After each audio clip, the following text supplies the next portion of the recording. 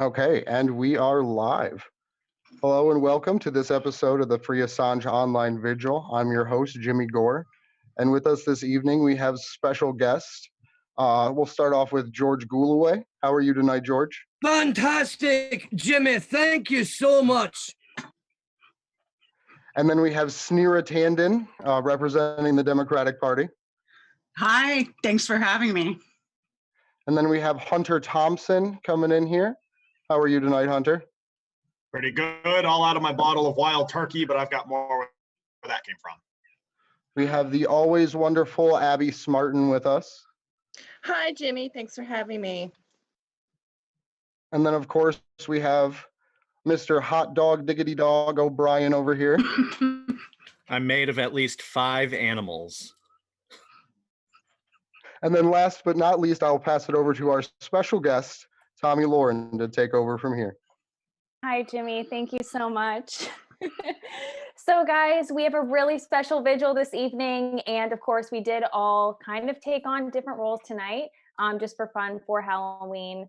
Kind of a last minute thing we all put together where we're just, dressed as people in independent media or people that are in the public sphere. So tonight is the Free Assange Vigil series, 17.0, I believe. And just to update you guys on the latest, today is day 3,248 since the brutal arrest of WikiLeaks founder Julian Assange, and also 202 days since his unlawful and arbitrary detention. And as for Chelsea Manning, today is 232 days since her arrest, and she is now also up to $122,000 in fines. Tonight, we are going to touch on quite a bit of news from the latest with Julian and kind of reiterating some of the points we addressed last week as far as his hearing and what that's going to look like in the future and how the next few months are going to play out. And then in addition to that, of course, we will be talking about Max Blumenthal and his arrest, among other issues. But tonight, I do want to introduce, once again, our first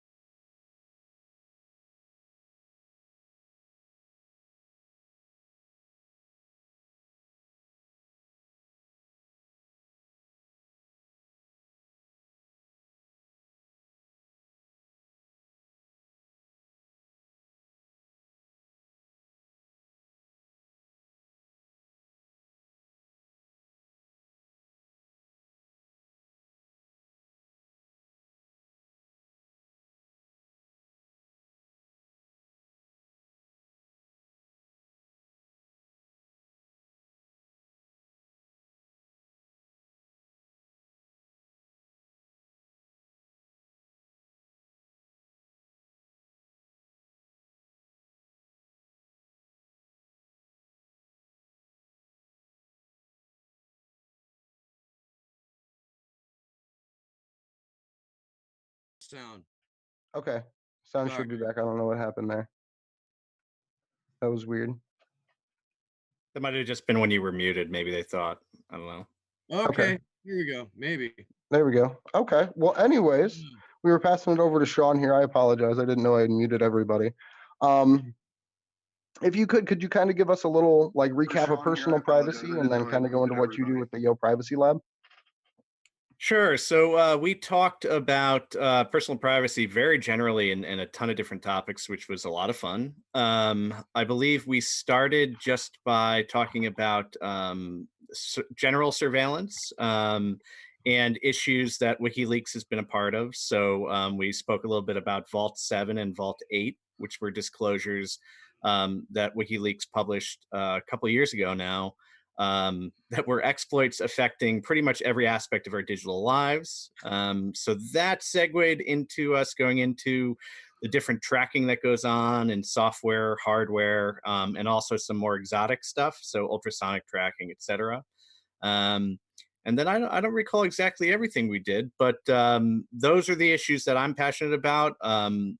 At Yale Privacy Lab, we do workshops in what we call digital self-defense. So everyone needs to constantly, unfortunately, in the world we live in, be thinking about how they're going to defend themselves from the technology that's all around them. So we show folks how to be more private, more secure, not solving everything overnight, but kind of doing things in a progressive, not progressive politically, but progressing through steps to go through and be more private, more secure, more anonymous. We show folks how to use the Tor network. We show folks how to do all kinds of interesting stuff.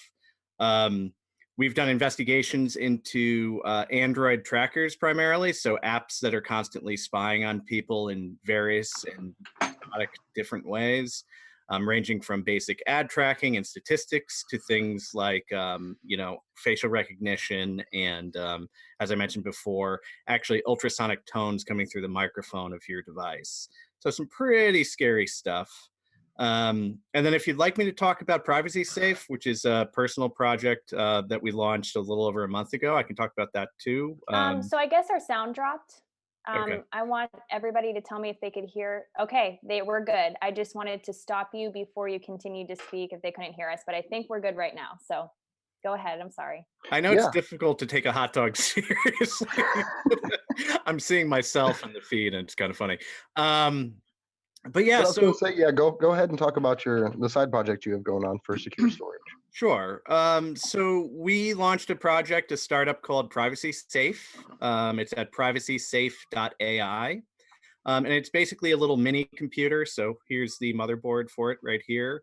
It's about the size of a credit card. Some of you may be familiar with Raspberry Pis or other, single board computers like this. This one, the software and the hardware are all open. So free and open source software and open hardware. And a big part of our security promise is that the device can be audited all the way down to the circuitry. So we want it to be as secure as possible. And to do that, we have to be ultra transparent. So we're offering something that nobody is doing yet. We're still working on it, of course. We're doing pre-orders for this device.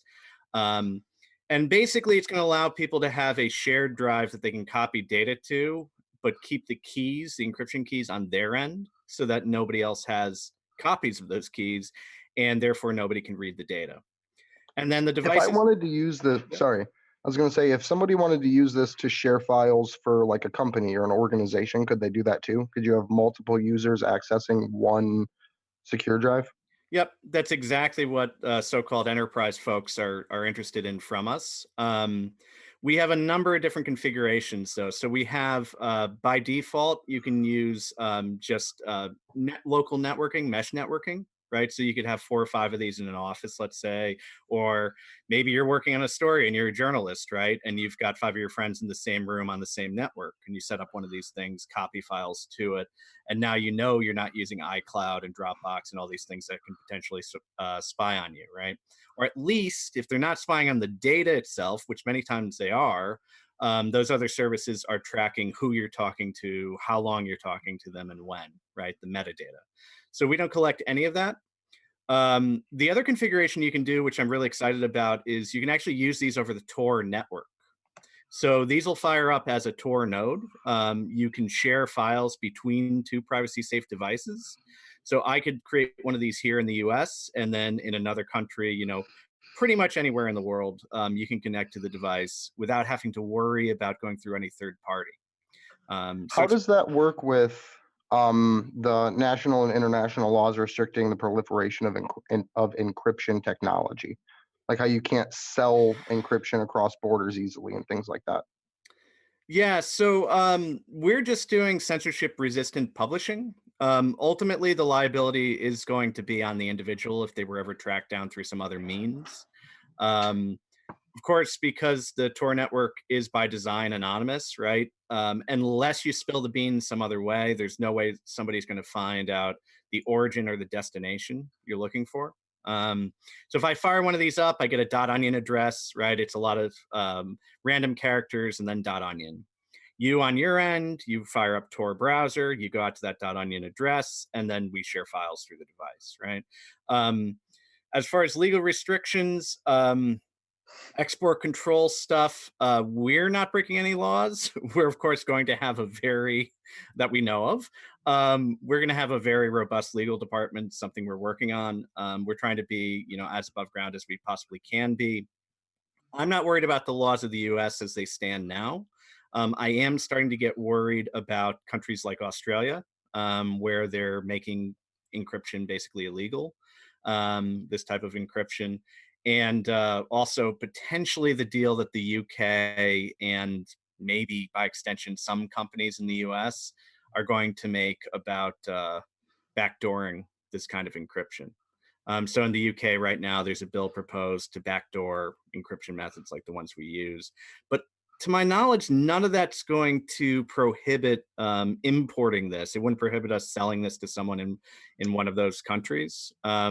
Australia doesn't have any case law or precedent yet that I'm aware of, but it's possible we just end up with some issues with customs, and that's something we're going to have to deal with. How would your company, or how would the legal process go in regards to the Cloud Act? For anyone who's not aware, the Cloud Act was passed as part of the omnibus spending bill earlier this year.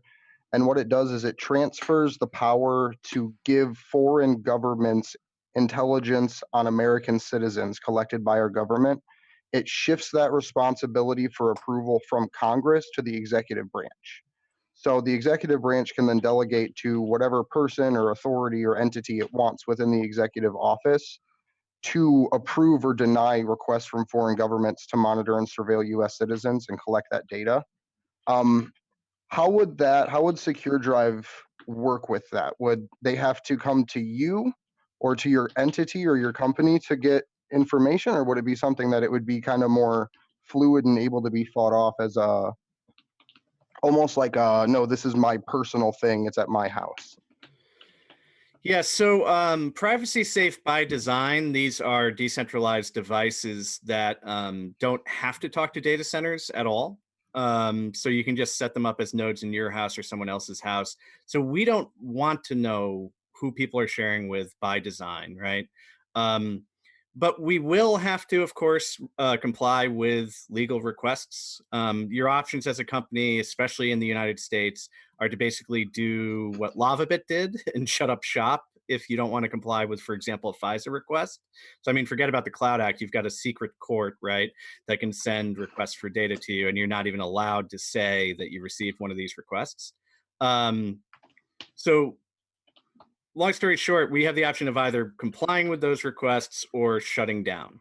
So what we do, and our promise to our users, is to have only encrypted data at rest. So if we are to sync to one of our data centers, and we do offer a service, an optional service for folks who want to have a backup of their privacy safe, right? So we will have some data centers spun up to do that. The idea is, just like with a lot of VPNs, right, private internet access and some of these other VPNs that have had to comply with requests, the only thing you can give people is encrypted data. So if we have to give anything over to the authorities, that is what we will give them. And to my knowledge, the Cloud Act doesn't change the way that works. It just shifts the responsibility, right? So we would never do active surveillance for obviously three-letter agencies. I'd rather shut down before doing that. We're going to work on a warrant canary and those kinds of things so that we can give confidence to some users about that, to all of our users about that. But I'm hoping and I'm thinking most of our users are actually going to be using these devices in a way where they're not going to be trackable anyway. The idea is privacy by design so that we don't have to worry as much about the regulations and the legislation and the police.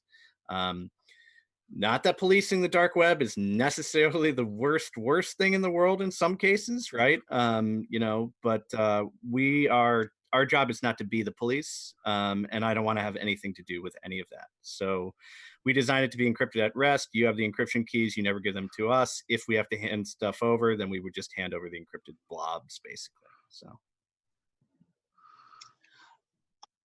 You've mentioned the onion router a few times. Do you think that that is still a viable format, considering how much federal law enforcement has been infiltrating that network? I mean, it's so well known at this point that it seems like the feds are definitely in there doing a lot of undercover work, as it were. Sure. So the nodes that you're talking to, right, on the Tor network are, of course, controlled to some extent by the Tor project, or at least monitored, I should say, by the Tor project, and also by some other pretty large projects that spin up a lot of virtual .onion servers. So one, for example, is Emerald Onion. They spin up, I don't know how many nodes, but tons and tons of nodes all the time. To do an attack, a numerical attack, like control a large part of the Tor network, you'd have to control a massive amount of nodes at this point. So even a powerful entity doing that, it would be pretty noticeable to folks that they're trying to do that. To give an example, at Carnegie Mellon, some researchers tried to control a lot of nodes on the Tor network so that they could start trying to figure out traffic patterns of users on the Tor network. And it was noticed really quickly. It was noticed fast enough that they had to actually stop doing their research. And they were going to release a paper at Black Hat in that year, which I'm trying to think it was either 2016 or 2017. And then they weren't able to do it because basically they had to stop doing what they were doing. So, and some of them, admitted, but I don't think they ever released the research, et cetera. So there are hypothetical attacks is the point of controlling a large enough part of the Tor network. But as far as infiltration, unless you're controlling the actual encrypted key exchange between the nodes, and that would require controlling the nodes themselves, if we don't have faith in encryption and the mathematics behind the encryption at all, then we can't use any secret, anything, right? We can't use Signal, we can't use Wire, we can't use basic transactions, we can't use Bitcoin, et cetera. To summarize the quote from, or not to summarize, but to quote Julian from Cypherpunks, no amount of force can solve a math problem. But I did, because you did mention Bitcoin, so I wanted to bring that up a little bit. And this is kind of just my ignorance on the topic, so I'm hoping you can kind of elaborate on it. Bitcoin, to generate Bitcoins, you crack hashes. And a hash is an encrypted block of data, I believe. Is there any risk of Bitcoin and the Bitcoin mines around the world being used to crack hashes for intelligence agencies to get around encryption through crowdsourcing the actual breaking of the codes through, like, essentially getting people to build supercomputers for financial gain? Sure. So a hash is a one-way algorithm, right? Or a trapdoor algorithm, they're sometimes called, right? And the idea with a hash is you take some data, like a string of characters, and you represent it as another chunk of data. In this case, maybe a really long string of random characters or seemingly random characters, right? And the idea is if you have the hash and you have the original data, you can work backwards from the hash to the original data really easily, right? But you can't look at the hash and figure out what the original data was, okay? Now, symmetric keys are generated in a different way, but similar to hashes, right? And asymmetric keys, which are a public-private key algorithm, require you to actually have the private key to decrypt the thing that's encrypted with the public key. So it's more complicated than just a basic hashing algorithm. Long story short, there are a lot of different ways to do encryption, right? And there's a lot of different ways to implement encryption in ways where you add randomness, right? You salt a hash, and so on and so forth to make it much, much harder to predict and brute force, right? Which is what you're alluding to. But even if you go with just basic settings, right, and you use a modern cipher like AES 256, for example, the analogy that I've heard is that you would need enough supercomputers for grains of sand on the planet to crack these things with just brute forcing. Typically, when these things are cracked, it's because there's some information known about either the original data or the hash, so there's some predictability. So you're able to basically attack parts of the encrypted blob and start figuring out, start being able to get data from it. That's like what rainbow tables are about, or dictionary attacks, right? Where you're attacking a password because it's weak and it's using words like password or 1234 and so on, which allow you to work backwards from the hashed version of the data to get the original data more easily, right? But at any rate, I don't think there's any risk of that. I also know we're constantly working on new algorithms. So I expect these things to get more complex over time. Quantum computers, obviously, which are in the news in a huge way this week because of some of the stuff Google's been doing, they do have the potential to crack this stuff. With communication, right? With a communication I have between another person, I'm able to not only establish an encrypted connection, but create a new encryption key for that communication, right? This is something they call perfect forward secrecy. And it's called that because we can have an encryption key that you and I have just for that conversation, and then we can throw it out. And then we can generate a new key and we can throw it out. And we can do this fast, or we can do it per session, per chat, and so on and so forth, which means even if you did have a supercomputer or a quantum computer trying to get at your conversation, you've already thrown the key out. So good luck, right? Unless you can guess all possible keys, which is more or less impossible by definition, right? You're not going to get the conversation. So there are ways to sort of design the implementation that go beyond just the mathematics, right? To throw out some data that you don't need, to regenerate keys while the conversation is going on, to constantly be re-authenticating and things like that. That can make it really, really difficult for brute force attacks to work. I suspect what's more likely to go on is exactly what they're trying to do, which is getting everybody into these platforms like Facebook and WhatsApp and so on, which are now promising end-to-end encryption, and then backdooring or having the company provide some sort of metadata on the users to intelligence agencies. I find that to be a lot more likely than brute forcing. So no, it's not something I worry about. Not to say it can't happen with bad implementation, right? Usually yep. Sorry. So do you think that Signal is still a viable, secure platform right now? Because last week, Whitney Webb in Mint Press News published a very disturbing article talking about how William Barr is requesting the ability to get backdoor access into all sorts of different encryption platforms in the midst of these mass shootings that continue to go on. Yep.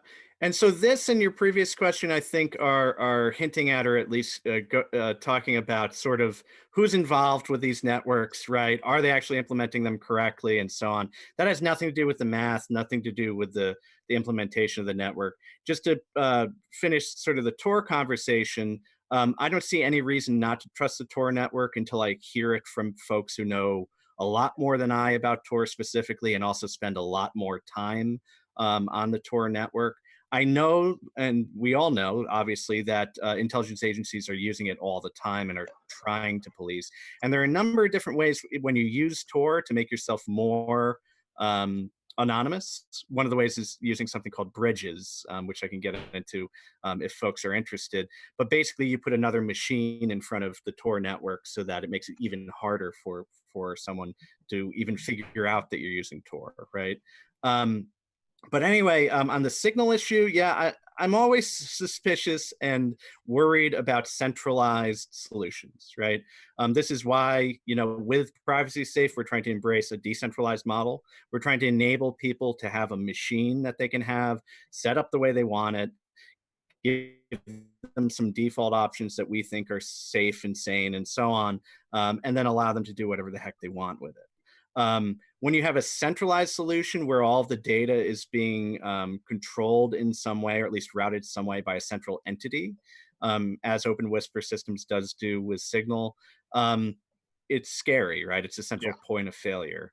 And I don't know the report you're talking about. I probably should, but if you could just drop the link, I'm happy to look at it. There have been also questions in the past about Open Whisper Systems and whether or not they're working with one entity or another. I don't know if any evidence. I'd have to look at that. It's totally possible, but again, if it's broken, it's going to be broken because because they broke the implementation, right? And it's another reason we need decentralized end-to-end encrypted chat. Right now, I recommend Signal because it's so freaking easy to set up. But another problem with Signal is the phone number issue, right? You have to give somebody a phone number, which is a huge issue. It would be better if we had end-to-end encrypted chat through things like Matrix, right, which allow decentralized federated servers. They've had their own security problems in the past, but at least those security problems are due to like code issues and bugs and things like that. And they're really transparent about it and they fix them really quickly. But also if there were ever some kind of issue with the folks at matrix.org that do that end-to-end encrypted chat, riot.im, if folks use riot.im, that's the most popular client. But anyway, if those folks have a problem, the code can be forked, you can set up your own thing. One of the major issues with Signal is that the client is open source, right? Free and open source software, but the server-side implementation is not. So we have no transparency about what actually goes on the server end. We are taking their word for it to a certain extent, and the word of other, cryptography experts that it's above board. But I mean, unfortunately, that's the best we can do. Another client I would recommend, which is more transparent in my opinion, is wire.com. They actually have their client and server implementations both open. Hypothetically, you can set up your own Wire server outside of the company Wire, although I don't know anybody who's done it. And they don't use phone numbers, so they have a directory of usernames, which is another hazard that we can talk about. But people have to be discoverable in some way, right? So even with privacy safe, we're going to have to share some sort of information. In this case, it's almost certainly going to be just the .onion address of the privacy safe device, so that two users can find each other. But figuring out how to get that information to the user, right, to the person you're trying to contact, is a tough problem, right? It's the first contact problem, and it's hard. So hot dog, I just want to say that I really enjoy getting tech lessons from a hot dog, but I do want to bring this back to WikiLeaks. And I know last week we talked about Vault 7 and Vault 8, but I want to ask you what your favorite leak is, or which one you feel has been the most valuable to society. From the Vault 7 and Vault 8 stuff? Or any of them. Yeah, I mean, it's hard. I guess the most valuable, I will definitely lean on the Vault 7 and Vault 8. We found out that a massive amount of software in general was being backdoored, right? But we also found out specifically that there were hardware backdoors built into routers that were routing a very large portion of the traffic of the internet. And that's the kind of thing which is a real danger to global everything, security, right? To global stability, I guess is the word you would use, if you can call things stable, right? But so that to me is probably the big, huge moment when you say, well, even if there are software bugs that that are inserted by the NSA in Windows, which we know there are, and there's stuff inserted into browsers, or there's 0 days that are stockpiled because the NSA knows about them. Knowing that there's a supply chain problem, or was, but likely still is, with a lot of hardware, and these are things that are inserted into the supply chain, either the hardware at a very low level, literally, on the chipset, or the firmware, right, the low-level software, which is kind of almost like hardware, that's on the device. That kind of stuff is really, really scary, because you could see a situation where everybody's relying on this stuff. Everybody has these chipsets all around them. We're seeing a proliferation of IoT devices already. And if we were to, for example, find out tomorrow that 90% of these machines were backdoored in one way or another, or have some very specific flaw that allows them to be attacked and just brought offline, it would be a very scary moment for the world. And I think WikiLeaks actually saved us in a very large way from, in a very serious way, from that kind of attack, at least in regards to the hardware, the routers especially, that were being compromised with the Vault 7 disclosures there. All right. So I'll give it to that. Cisco routers. Yeah, Sean, thank you so much. Before you do close out, I want you to have the opportunity to kind of give some final thoughts and also let everybody know what the most effective apps are to use as far as privacy and where they can access them. I know you did address this on last week's episode, but for those who are maybe watching for the first time tonight or they missed last week's episode, if you could just recap on that as well. And thank you so much for joining us and for providing your expertise. Sure. Thank you. So I mentioned the Tor project. So the Tor browser is a very essential piece of software for that. That's basically Firefox, but using this thing called the Tor network that makes your traffic anonymous. It allows you to both access the open web, right, the public web in an anonymous way, but also to access quote unquote dark web sites, which may allow you to share information. If you're going to share information at this point on the Tor network, Onion Share is a really nice app to do that. So you can very easily set up a .onion address and share information with another person. And then it just goes poof as soon as that information is accessed. So it's really cool for doing things like leaking information. So those are really big. I guess Signal, I'm hearing about potential exploits, so I don't want to recommend it. So not only will your mileage vary there, you should make sure you look at whatever's just come out, news about Signal. But that's typically the one that people recommend for encrypted chat. So Wire is one that I use. I encourage my team to use.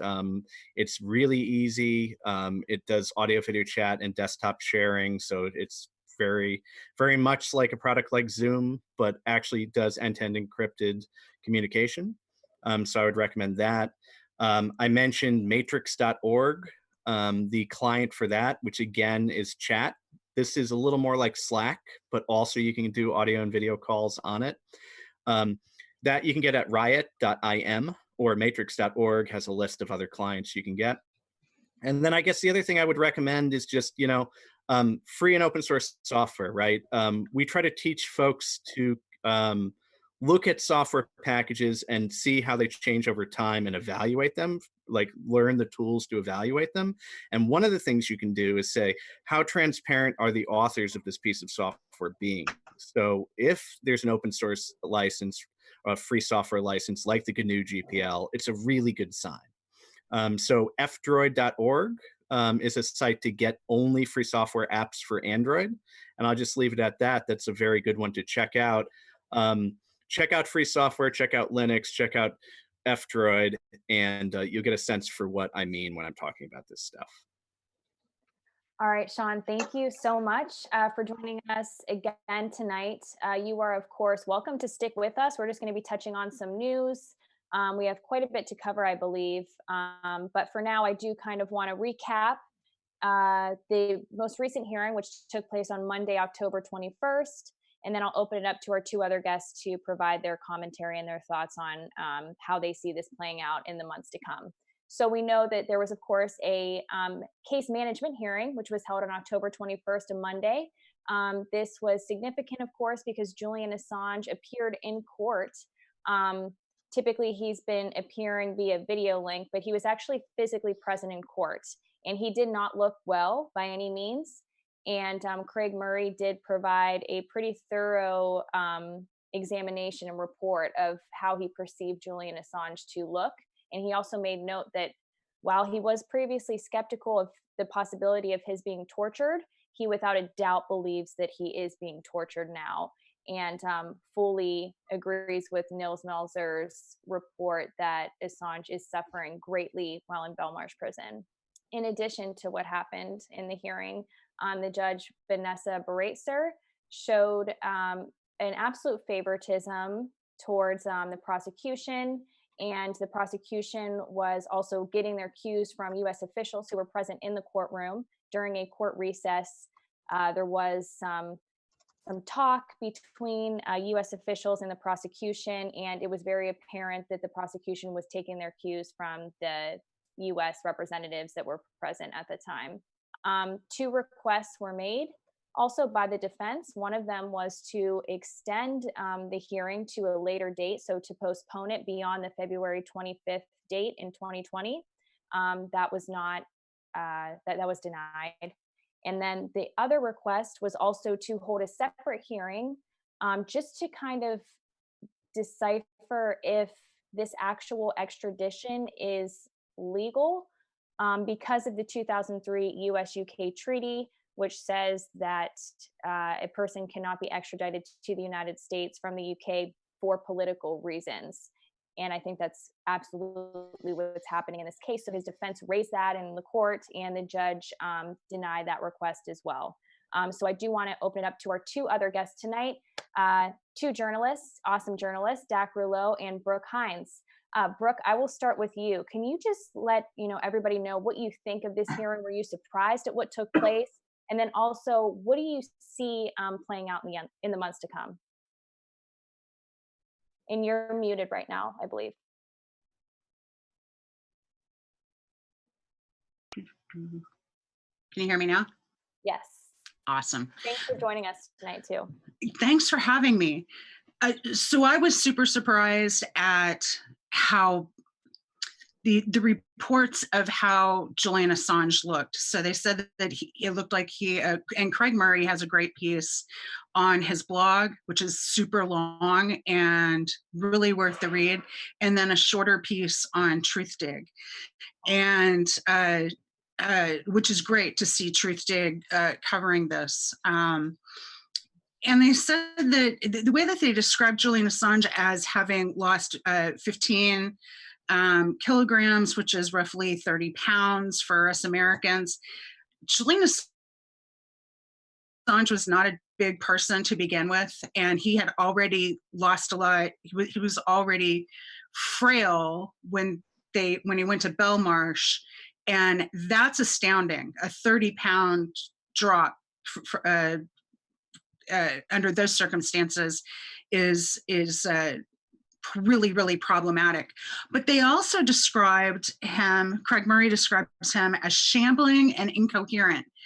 And, Julian Assange has been one of the most concise and articulate thinkers and speakers and journalists of our time. And for him to be described as shambling and incoherent, well, it reminded me of the scene in Planet of the Apes where the prisoners, there was one prisoner, this is the first movie, where where they had given a lobotomy to one of the prisoners to keep them pliant so that they wouldn't talk. And it seems to me, I mean, we don't have any evidence of this, but, it seems to me that the torture that he's been through in terms of being isolated and the way that he's been treated for years now in the embassy, and then Belmarsh prison on top of that, that's enough, I think, to break a person. But I feel like what's been described in, especially what Craig Murray writes, I feel like what's being described is worse than that. It sounds to me like something else is going on. He was having trouble just saying his name, and just it wasn't just that he wasn't appearing incoherent. It was that he said that he had trouble understanding what was being said. And the fact that there's no way that we can appeal to the court, that there's no intervention to be able to get him independent health care for people to see him, I think is really disturbing. This is not good news. And Murray, no, it wasn't Murray, it was Pilger, I think, on Underground on RT, was saying that he felt really bad about this. Like he felt like we weren't going to see Julian Assange leave prison alive, is basically what he was saying. You know, none of this is good, and I feel helpless. I feel like we're watching somebody die in front of us, and somebody who's very important. While at the same time, I just want to introduce this and then hand it off to Dak. At the same time, we have for the first time in this round of mess that's going on with journalism, we have Max Blumenthal, an amazing progressive journalist here in the United States in DC, was arrested this weekend for a misdemeanor where the warrant had been rejected by the prosecutor. So there was some question as to whether there was even a warrant, but this was essentially for having participated in and reported on the occupation of the embassy, or the protection of the embassy, the Venezuelan embassy in DC, in April and May. So it's been 5 months since this happened. And when the police came for him, they came like SWAT teams to take him away. So that's to send a message to us. These two stories are really related to me. You know what? I'm sorry, go ahead. I was just going to say, we actually are going to be touching on that after we wrap up this segment, but absolutely, we'll get on that. If you want to finish your last statement, I don't want to cut you off. Yeah, well, and so I'm just afraid that we're starting to see the same thing here in the United States. And it's really easy for Americans to ignore what's going on in Britain, in Great Britain, because it seems far away, I guess. It's not easy for me to ignore it, but I think, and we'll talk about this later with Max Blumenthal, it's still being ignored here. So we're still not paying attention to it, even though it's an American journalist who's being persecuted. Yeah, it's absolutely frightening that this is happening. And I think a big portion of this is because it happened in the United States, it's not being touched on by the media. But again, we will be getting into detail with that entire situation that took place on Friday. But Dak is also with us, Dak Rouleau. He is a journalist. And Dak, I do also want to get your thoughts in on what you think of the hearing that took place on October 21st. But before you touch on that, I know that you also had a chance to catch up with Pete Buttigieg, or CIA Pete is what we like to call him.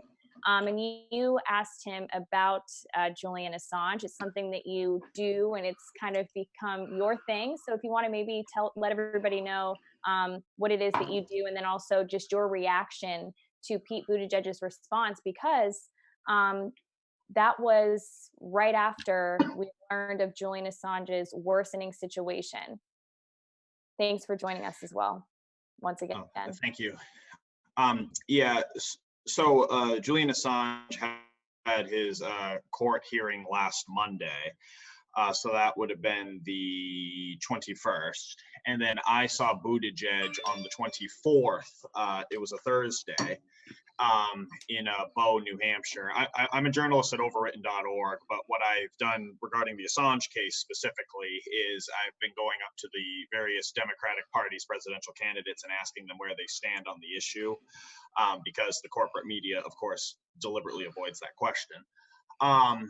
The Buttigieg response, I explained that Assange is dying in prison, as we know now for a fact. It's no longer just sensationalist fear-mongering or paranoia. We know that he's facing lethal consequences here. A kind of indirect capital punishment, I guess is how I would describe it. And Buttigieg completely ignored 80% of my question and just said he's not going to, as a candidate, issue a pardon to any individual, which I didn't like how he said that, because he's making it sound like it's abnormal for a presidential candidate to say such a thing. Tulsi Gabbard has said that she would pardon Edward Snowden and drop the charges against Julian Assange. So I thought I didn't really agree with Buttigieg's characterization of the request.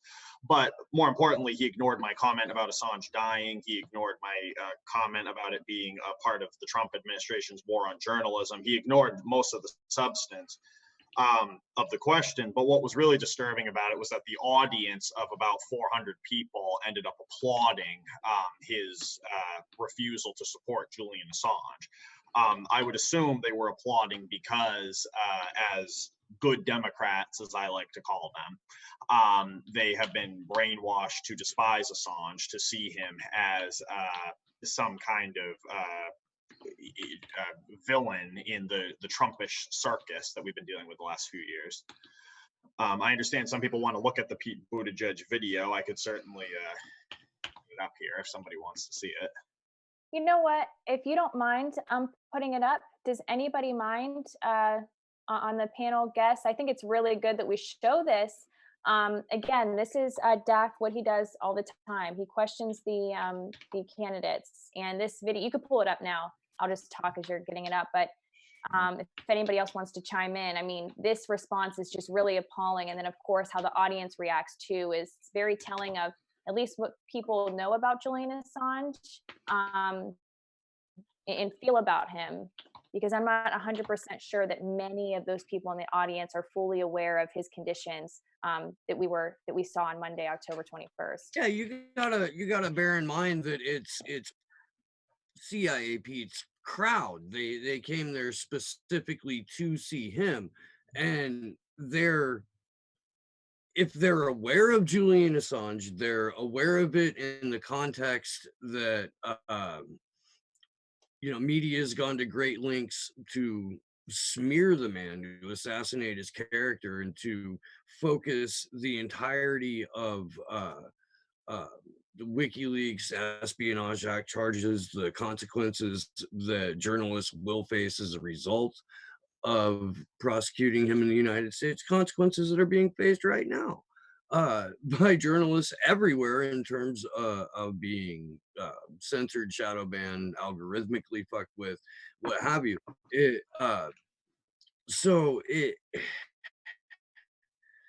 It makes a lot of sense that they react the way they do. And if you got that, Dak, go ahead and roll. Okay.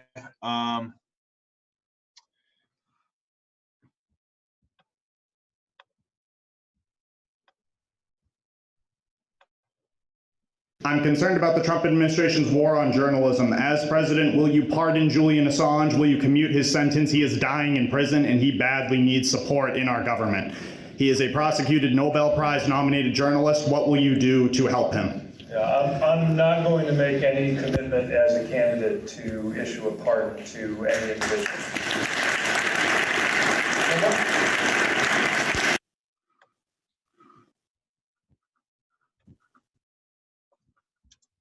So, Dak, can you tell me what you were thinking at that time, how you felt, and what were you surprised by the response? Okay. Sorry. You're asking what was going on at the moment. I had that was far the most unpleasant experience I have had over the entire course of asking these candidates where they stand on the issue.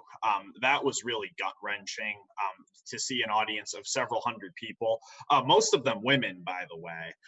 It was an event called Building Power, a Women's Agenda for the 21st Century. And it was supposed to be about, feminism and female empowerment and trying to bring women's values of compassion and equity to Washington, D.C. And Buttigieg had actually mentioned a quasi-religious story about being good to the prisoner. I really wish I had recorded that, but I didn't get it, where he said, when the prisoner comes to you, you show goodwill and give them bread or something like that. And then afterwards, he shows no compassion for the prisoner, Julian Assange. So to see an audience of about 300 women and 100 men applauding the death of somebody that they considered to be a political enemy was one of the most grueling demonstrations of human savagery and cruelty that I have seen in quite some time. Very overwhelming and just a sickening experience. Well, let's kind of put it into some better context in terms of who Pete Buttigieg is. He is a Jesuit raised, Harvard educated, McKinsey consultant, polyglot, who's still active duty naval intelligence in the reserves. This is, I said this before we were live, a lab created CIA Democrat. There is the only two jobs this man has ever had was a position on John Kerry's presidential team and McKinsey consultant. That's it. I mean, you can count Navy intelligence as a job. I'm sorry, but yeah, so, but like those are his jobs, and mayor of South Bend, where he bulldozed the homes of Black and brown people in order to gentrify his neighborhood. Had homes bulldozed. This is But this. we're not supposed to talk about the issues. It's supposed to be about beating Donald Trump, remember? If seriously, if you were to go to like Henry Kissinger and put him in a lab and be like, make me the perfect CIA Dem, you would get Pete Buttigieg without a doubt. And then a little while ago, they were trying to pump up these 4 or 5 centrist Democrats because they wanted to vote for impeachment, and they were supposed to be like the anti-squad, and 4 out of 5 of them have intelligence backgrounds. It is ridiculous. You mentioned that during my last appearance on this vigil, the proliferation of intelligence officials, particularly in so-called progressive media, trying to depict those agencies as being progressive or liberally minded, when most of them are not only authoritarian, but also have extensive histories of racist predation as well. No, right, exactly. Go ahead. No, I was just going to I was just going to agree with you, Dak, and then also hand it over to Brooke for her to respond to that video with Pete Buttigieg. Well, I think that there's like, how they talk about first wave feminism and second wave feminism. This is what Dax saw there is a low tide fucking feminism. It's grotesque. It's what all it's about is women using identity to accrue power, and it has absolutely nothing to do with empowering other people, empowering the culture as a whole. That was disgusting. The way that audience responded, after, and it really adds some color to knowing that Mayo Pete actually referenced, being good to the prisoner or whatever, to have that kind of response. I don't know how I would have responded having been in that situation myself. I think I would have, it wouldn't have felt good. It would not have felt good at all. I'm sorry, Dak, that you had to deal with that. And then the other thing I thought is that, the reason why these low tide feminists are so have such animosity towards Julian Assange is because they've been fed this line of bullshit that Julian Assange worked with the Russians to somehow undermine Hillary Clinton. And, that all of that speaks to the criminality of the Russiagate narrative, which is a whole other ball of wax. But Well, if it's And not about Russiagate, it's because he's a rapist, and that fits into their Me Too movement. So he's got this double-edged sword when it comes to women. You can't support him because he hurt poor Hillary, or because he's the evil villain in your Me Too movement. So yeah, gotta that's a good narratives at point. work here. One person on Twitter put it quite poignantly. I'm not sure who it was, but she posted the video of Buttigieg's response, and she said, "This is a group of Republicans cheering because a journalist is being put in prison, except they're not Republicans and they're not Trump supporters, they're Democrats." And that was really when the fourth wall began to come down, and you can see how bloodthirsty the constituents of this country really are. And the other thing too is if you actually read the leaks themselves, it shows how Hillary Clinton selected Donald Trump. It was Hillary Clinton that gave us Donald Trump. So saying that Julian Assange worked with the Russians, if you even want to like play that game, then Julian Assange worked with the Russians to get someone from the DNC to leak him information to show that Hillary Clinton had hand selected Donald Trump as the candidate to run against. Like it's just, it breaks down when you actually understand the information and have the ability to talk about like the Pied Piper strategy, which is something that gets brought up but doesn't really get brought up enough in independent media when they talk about Donald Trump, is it was in Hillary Clinton's emails that she picked. It was either Ted Cruz, Donald Trump, or Rand Paul, I believe, to run against. And who got billions of dollars in free airtime? It wasn't Ted Cruz and it wasn't Rand Paul. And there was an So I mean, there was an operational side to that too. So once they identified who they wanted as their Pied Piper, then you also saw it in the WikiLeaks emails, the way that they interacted with the media. So what they were doing was they were encouraging the media to give Donald Trump all of that coverage, and wait for the moment that he actually like steps on his own dick or whatever. And you know what, that moment came and went and came and went and came and went, and nobody cared. They liked him better. And even though it never worked for Hillary Clinton, I don't know if it just got away from her, or if they never realized that she was still going to lose to him or what. But operationally, part of the Pied Piper thing was to push this out through the media, and she totally had a hand in that. And the entire situation. I was going to say the entire situation. It creates this ability to have counter-reinforcing propaganda.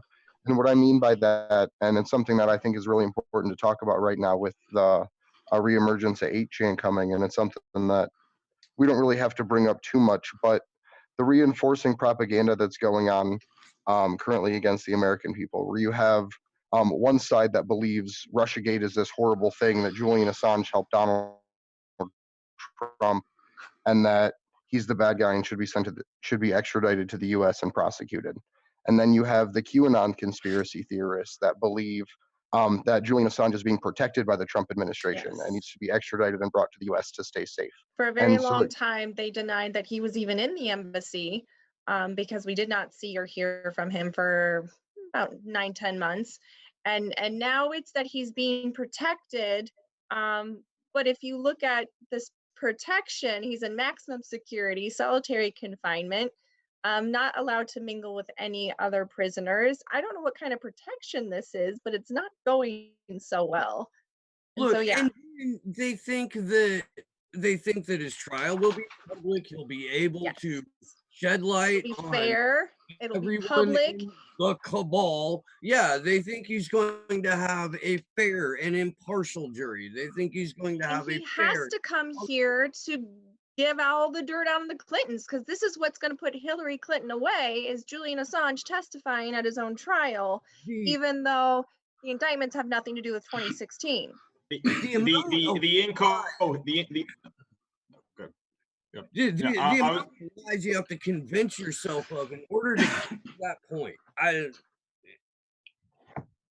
I can't. The Q thing bugs the shit out of me. Go ahead, Dak. I'm sorry. What I was going to say was earlier, Brooke was asking how you react in that situation.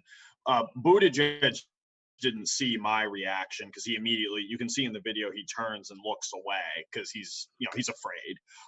I just gave him silently a thumbs down, and I gathered my book and I walked out of there. But the problem was that I was at the front of the audience, so I had to walk through these rows of about 400 people, and I didn't care at that moment. I was just so numb by it that I didn't mind the people who were like sneering at me as I was walking out.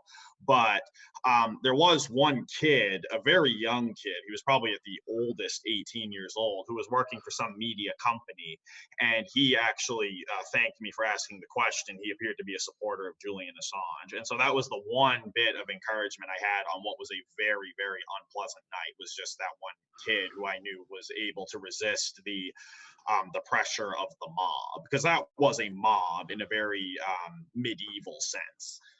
So I think what's at play here too is that I think also those people were there for Pete Buttigieg, and I think that at least in American politics, we're suffering big time, or not suffering from, but we have become so attached to our political leaders and have become fans of politicians where they could do no wrong and where we'll just blindly support them. So Pete Buttigieg is shutting you down.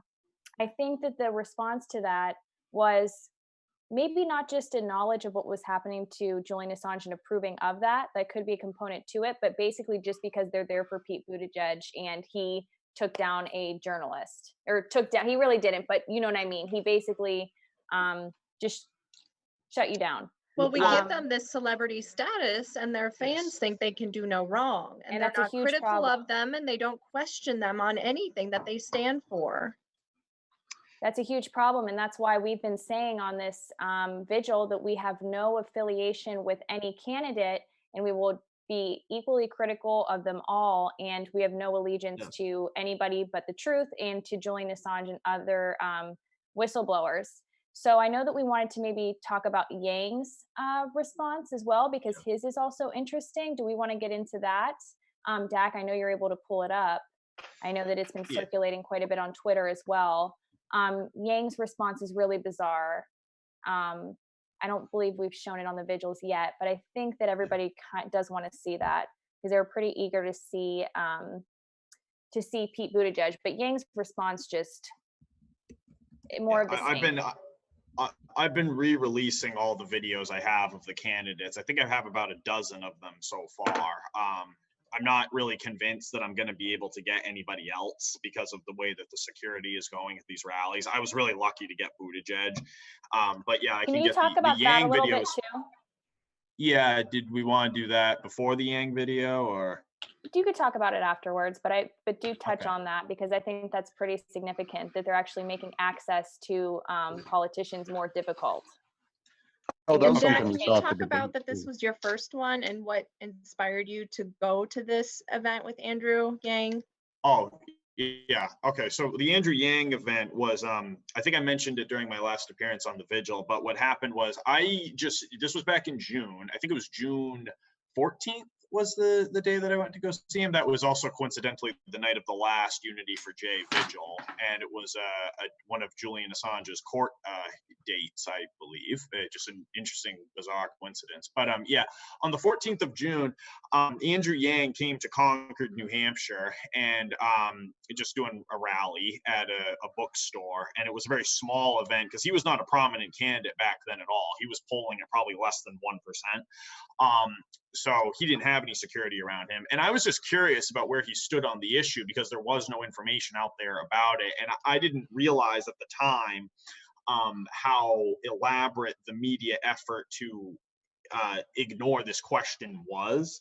So I just thought I would go up and ask him. And because he presented himself as kind of an iconoclastic candidate, I thought I figured he probably would have something positive to say about Assange. But I was sorely disappointed. But with that being said, we can get the video up now if we would like. Dude.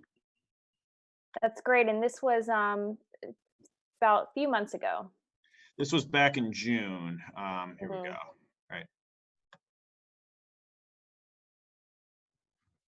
have the video. Oh yeah. Do you support Julian Assange? I think Julian Assange should stand trial. I'm generally pro whistleblower and pro people that try and call out bad behaviors. But in that particular case, he did end up disclosing some information that really had no useful purpose except for potential damage to our infrastructure, like the undersea cables location and some other things. So I certainly would not be in favor of I think he should stand trial. Thank you. No problem. So that was that. What is the infrastructure thing? I've taught, that makes no sense to me. It's a weasel word. Essentially. What I think evidence it's like is there? the military positions. It's kind of wrapped into that this information killed people. It gave away their locations. It gave Jamal away Thomas. military tactic strategies. Jamal Thomas actually talked about that because Thomas was a big Andrew Yang supporter until he saw that video, and he said he had no idea what he meant by damage to the infrastructure. I was glad to see that video change some people's minds. A lot of his fans did actually really express some strong disappointment with him for that. And When You're I right, went I to noticed that the too. DNC protests, the majority were Trump and Yang supporters, and then there was small contingents of Tulsi and Bernie from my location. So I actually got to go around and talk to them about your video and point them at your video and say, well, did you know he thought about this, about Julian Assange? And they were like, no, I didn't know that that was his position at all. And you could just see their minds change instantly about that candidate. So it was just a really that video is such a powerful tool to show people that these people are just hoaxes. They're just people trying to trick you into voting for him one time. But you know what? And that's why I've been telling of.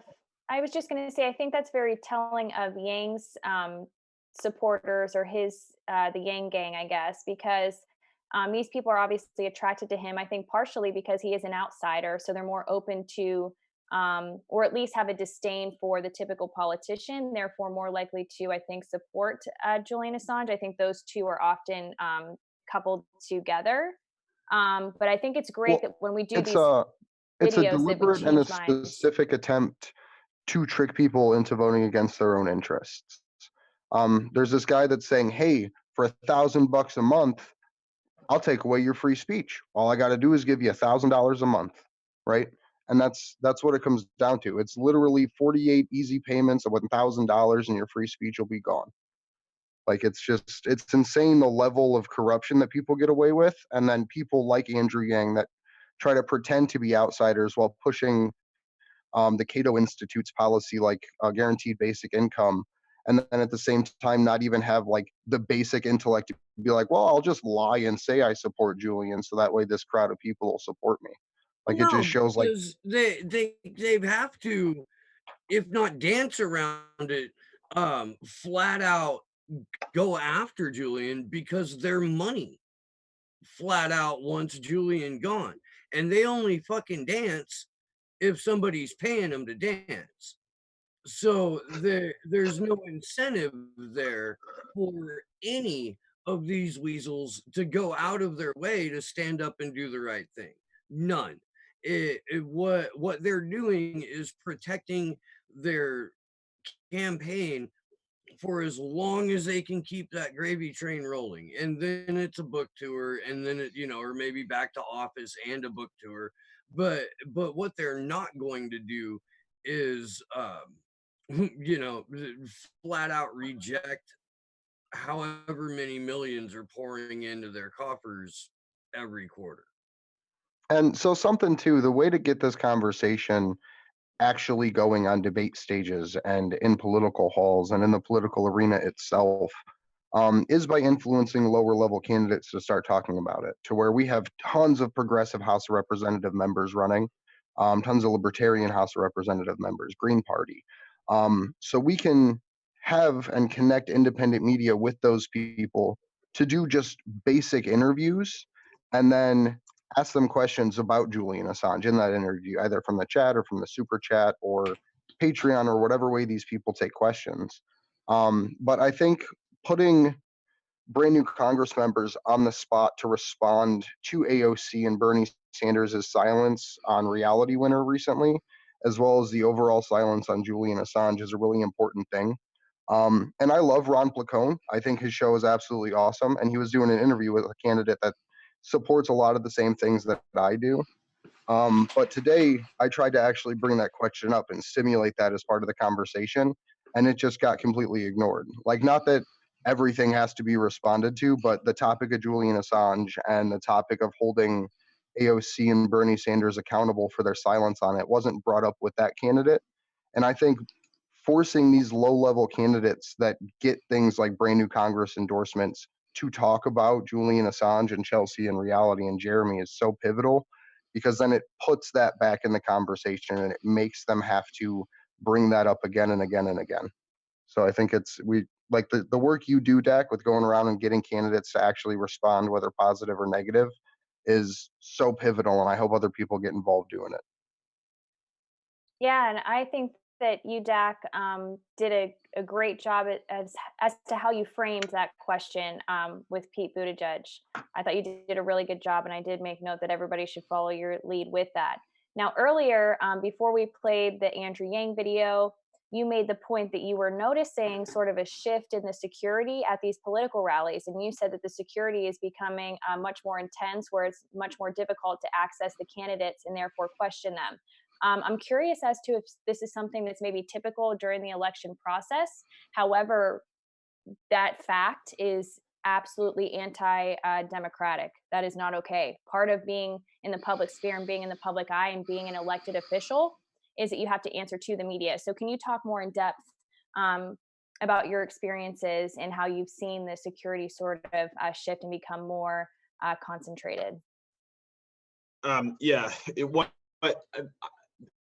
The benchmark I set for it is the security that I witnessed when I met the Republican candidates back in 2012. I didn't go to too many events in 2016, so I can't really comment on it. But you have seen a dramatic increase in the security. I wouldn't call it even security of these events, although there has been an increase in that. I think it's more of the distance they try to create between the candidate and the audience. They really, really, really don't want people asking any undesirable questions, such as the question about Julian Assange. And so what they do is they make sure to ask only a few questions from an audience of potentially hundreds. With a candidate, like if it's a really, really top flight candidate like Joe Biden or Kamala Harris, you might not even get to go up to the candidate one-on-one, and you certainly won't be able to go up to them with any kind of a cell phone or anything like that. That's how it was at the Kamala Harris rally I went to back in August, I think it was. But now that she's crumbling in the polls and apparently slashing her staff, according to a Politico article, perhaps now I would be able to get her on the record.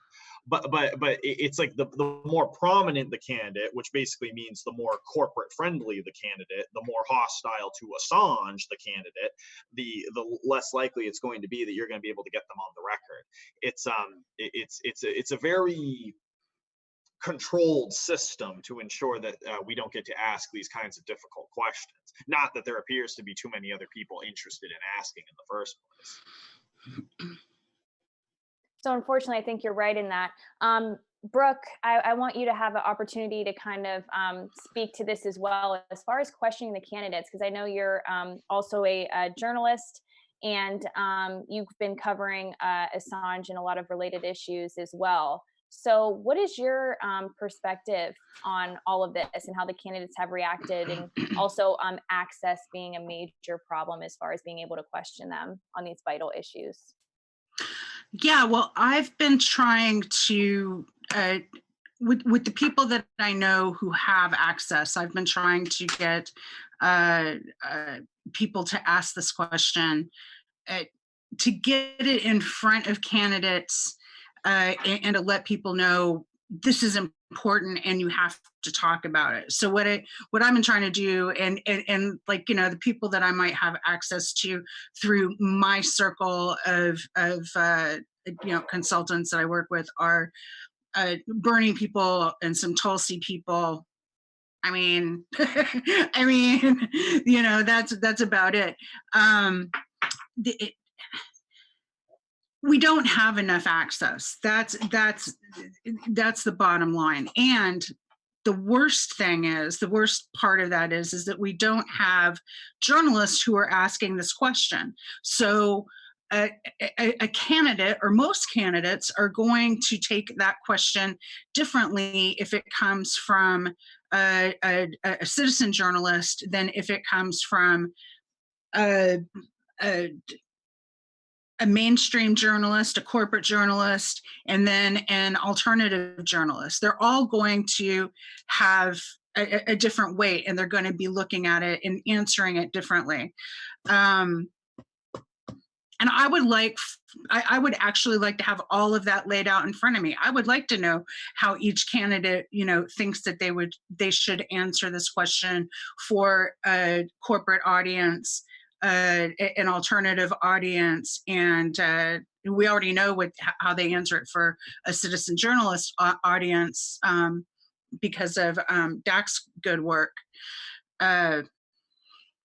And when we get an answer that isn't adequate, like the answer that, like all of the answers, but when we get an answer that isn't adequate, and it's by the candidate that we happen to like, we need to do the work to push them on that. So you know, you champion a candidate who is doing the stuff that you want them to do, but then you also have to, you know, you know, kind of beat them up a little bit when they're not doing what you want them to do, and let them know that that's not acceptable. So, you know, no one is where we want them to be on this particular issue right now. And that is thanks to this insane propaganda situation with Russiagate. I think it's such a hot potato because of Russiagate that that nobody wants to touch it, and that nobody really wants to talk about it honestly. They want to talk about it in terms of talking points, or, you know, they want to pivot to something that's going to make them look good, or talk about journalism in generalities. I mean, if you get that far, but the narrative right now doesn't have a lot of room for people to discuss this seriously. And I swear to God, you know, if Julian Assange dies in Belmarsh prison, and you know, are we going to have that conversation then, or are we going to wait until it's, you know, Max Blumenthal who dies in prison, or it's, you know, Well, once he's dead, you can make him a hero. Right. Once you kill him, right, everyone can stand up and say, "Oh, I supported this man so much. Didn't you right, see this one thing I said about free speech? Like that mattered so much to me. Now I have the time. Now it's important." And that's, I think people will just get away with it. Yeah. I think after he's dead, there will probably be some kind of federal holiday named after him at some point within the next 100 years. I think that's what the government will do, is after the government kills him, will then prop him up as some kind of a hero, as if they supported him, kind of like with Martin Luther King Jr. Day. We still Yeah, gotta good point. keep fighting for Yeah, his so I just want life to say I and really hate keep talking taking about steps. I really hate talking about it from this perspective, but it's literally as honest as it can be. Like, this is the situation we're in. This is the world we're facing. And like, it's a dark future to let Orwell turn Julian into a holiday for free speech, while at the same time putting drones and cameras on everyone's phones and houses and listening and recording everything people say and do. There was Julian was on, I think it was 60 Minutes in about 2011, and he was asked if he was a martyr, and he said, "No, let's keep it that way." He did. But I mean, he knew the implications of what he was doing, and he had been saying, you know, since then, that they would be using the Espionage Act against him, and nobody believed him. So he knew what was coming, but unfortunately, nobody wanted to stop this train. And unfortunately, I think the 2016 elections just gave it more power. And it's because Bernie Sanders didn't stand up. Like, he had the whole stage to himself. He had a whole crowd of people inside and outside that supported him, and then he just went silent. He, like, the time that everyone in the entire Democratic organization at the time, the entire people's movement, everyone that decided to let Bernie be their compromise to give it one more chance in the electoral arena, he just turned and walked away from those people on the stage. He bent down, took a knee, pushed CIA talking points, CIA candidates, turned his back on Tim Canova, and never stood up again. And that's what the left-wing independent progressive media doesn't talk about, is the fact that he's not campaigning for our support. He's campaigning for the support of the CIA and the intelligence communities to allow him to become president so they feel safe, so he doesn't have to talk about war criminals. They'll never talk about that either, Andrew, because if they do, they lose all those clicks.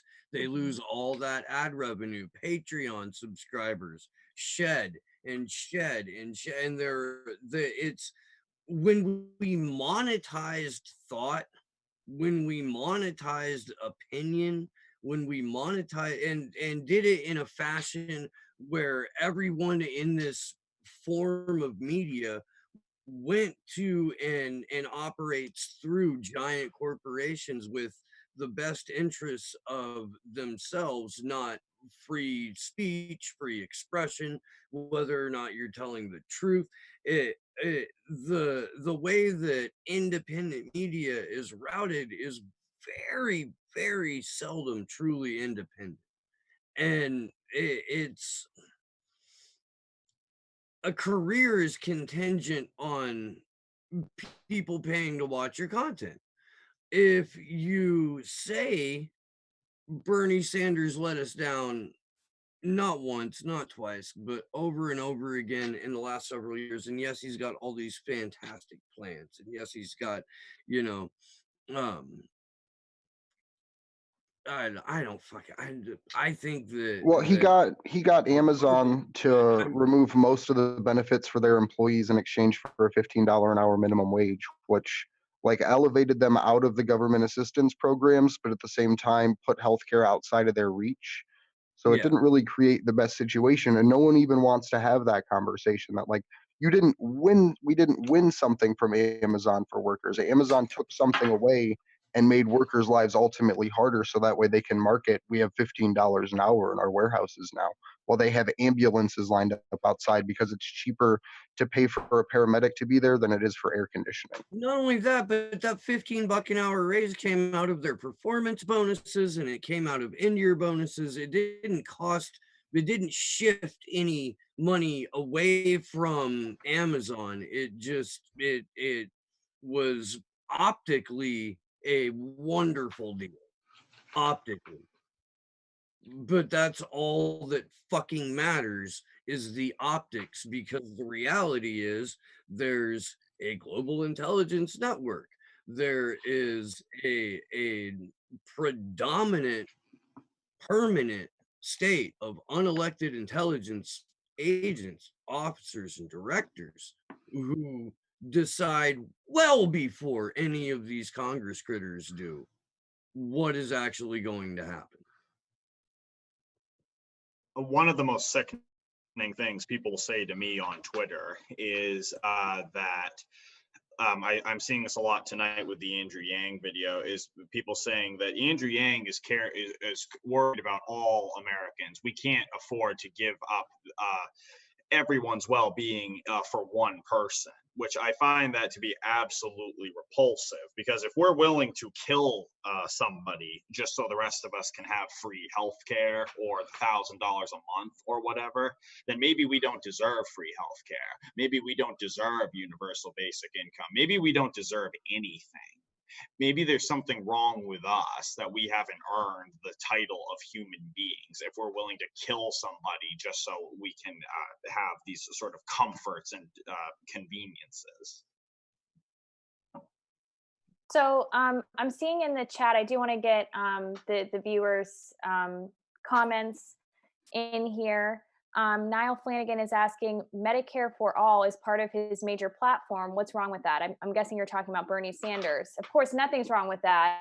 And I'll hand this over to Andrew and Steve, who are really hitting on this. But Yeah. again, this goes back to the major point that we are still, just because he's good on some of these issues doesn't mean that that excuses, you know, other things that he has done. And the 15 with Amazon, the $15 an hour, and how that was really kind of deceptive. Andrew, I want to give you a chance to respond to that. Yeah, so I support Medicare for all. I think it would be much better to enact it through the national nurses unions.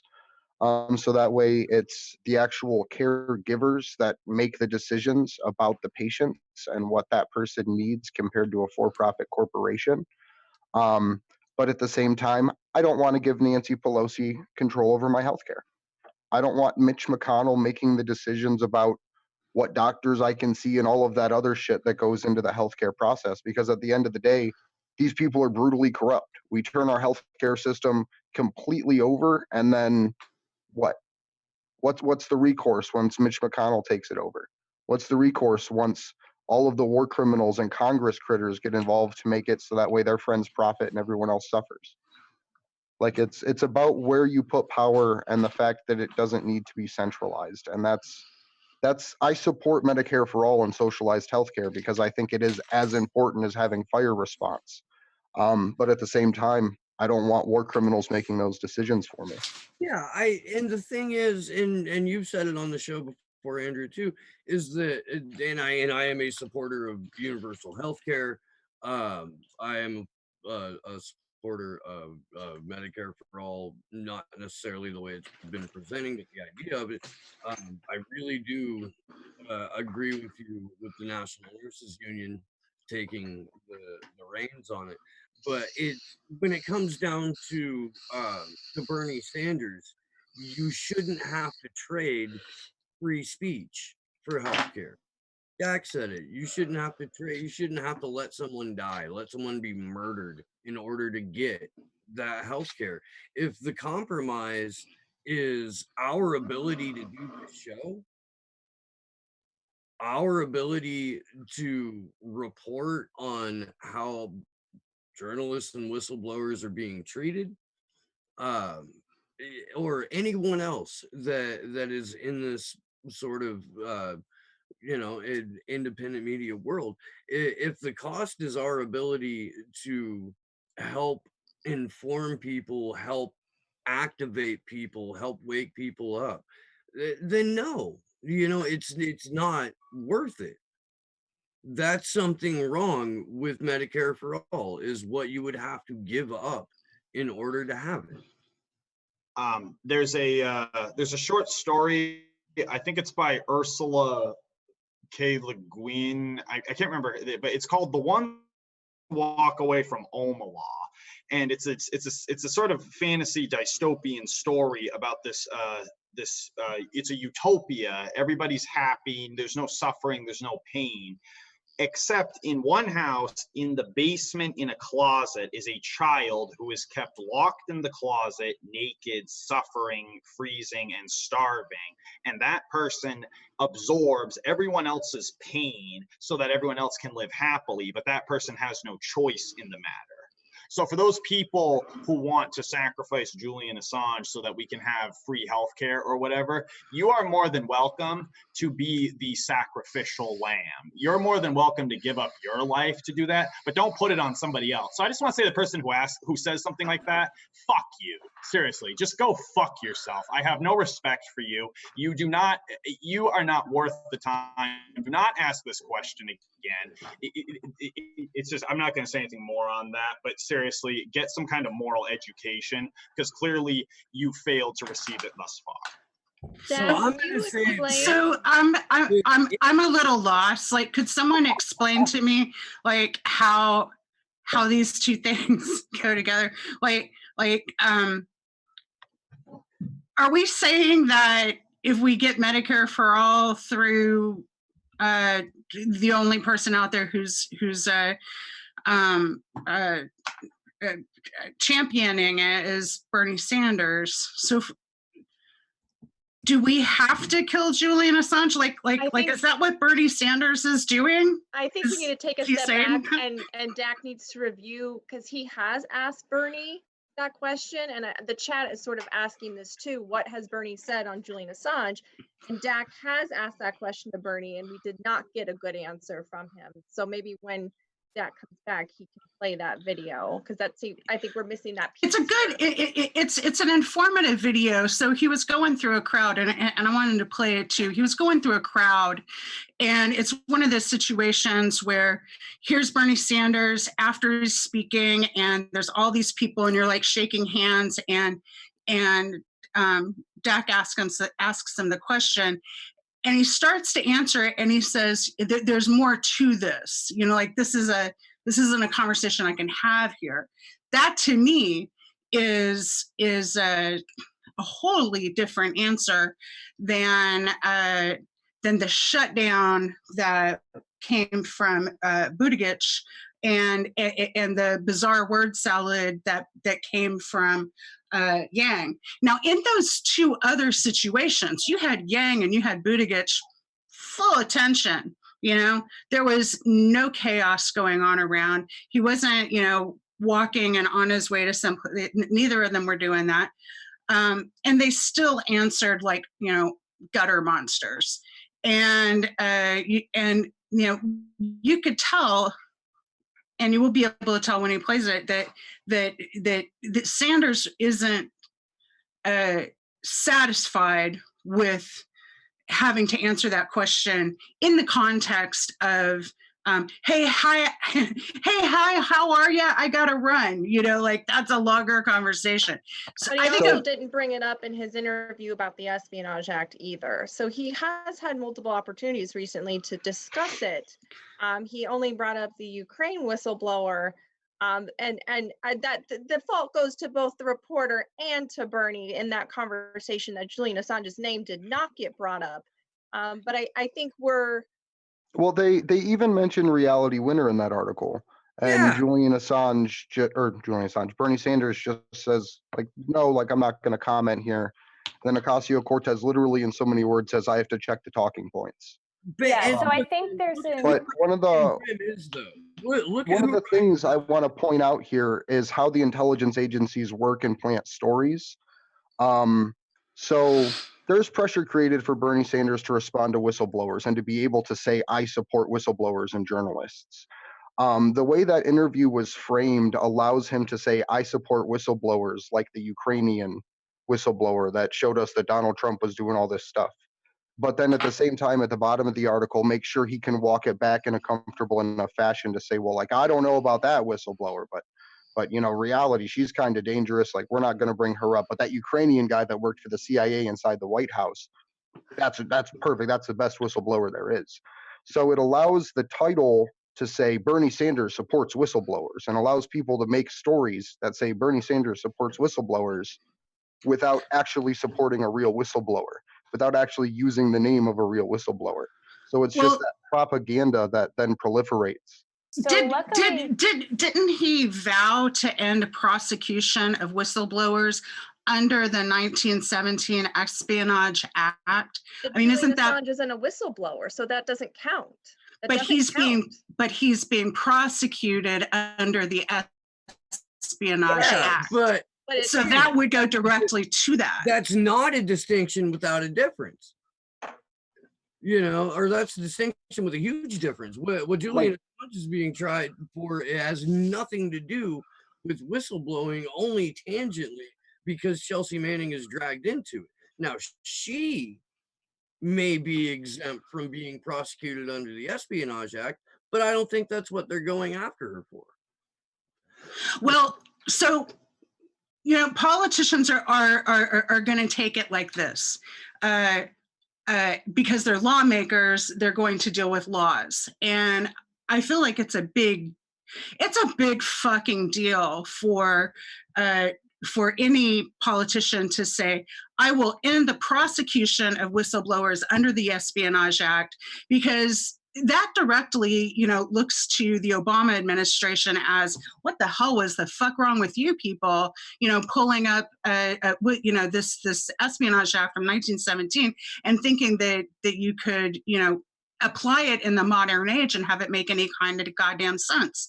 If you're not saying journalists, when you include that, then you are deliberately discounting Julian Assange in that statement. And the other thing too is we shouldn't. I don't think that's the case, though. I respectfully disagree. I like this disagreement here. Why don't Brooke go ahead and then Steve? I like this. Well, hold on. Can I just make one quick comment? Sure. And then I'll pass it off. I'll stay quiet. I think that in 2019, it's ridiculous to have the conversation about whether or not Bernie Sanders supports Julian Assange. He revealed all of the corruption at the DNC. He gave him more than enough ammunition to contest the primary the first time. And instead, he just backed off. Yeah, and why can't he say his name still? Why? I endorse Hillary Clinton. Yeah, exactly. So things are getting interesting here. Let's keep going with this. Brooke and Steve, you guys have a point of disagreement, and we need to highlight that. That is something that we always say on the show, is that we welcome diverse viewpoints. So Brooke, I want to give you an opportunity to finish your statement. Then Steve, I want you to respond. And then after you guys have that discussion, I do want to revisit Dak's previous statement from earlier to provide it some further context. And we will all show you the video of him questioning Bernie Sanders about Assange. Brooke, why don't you go back to where you left off? Yeah, sure. Well, I think I said what I needed to say is that I think that going after the Espionage Act of 1917, that is exactly the right place to be, because what Bernie Sanders needs to do, I think, politically with this is he just needs to end what's going on.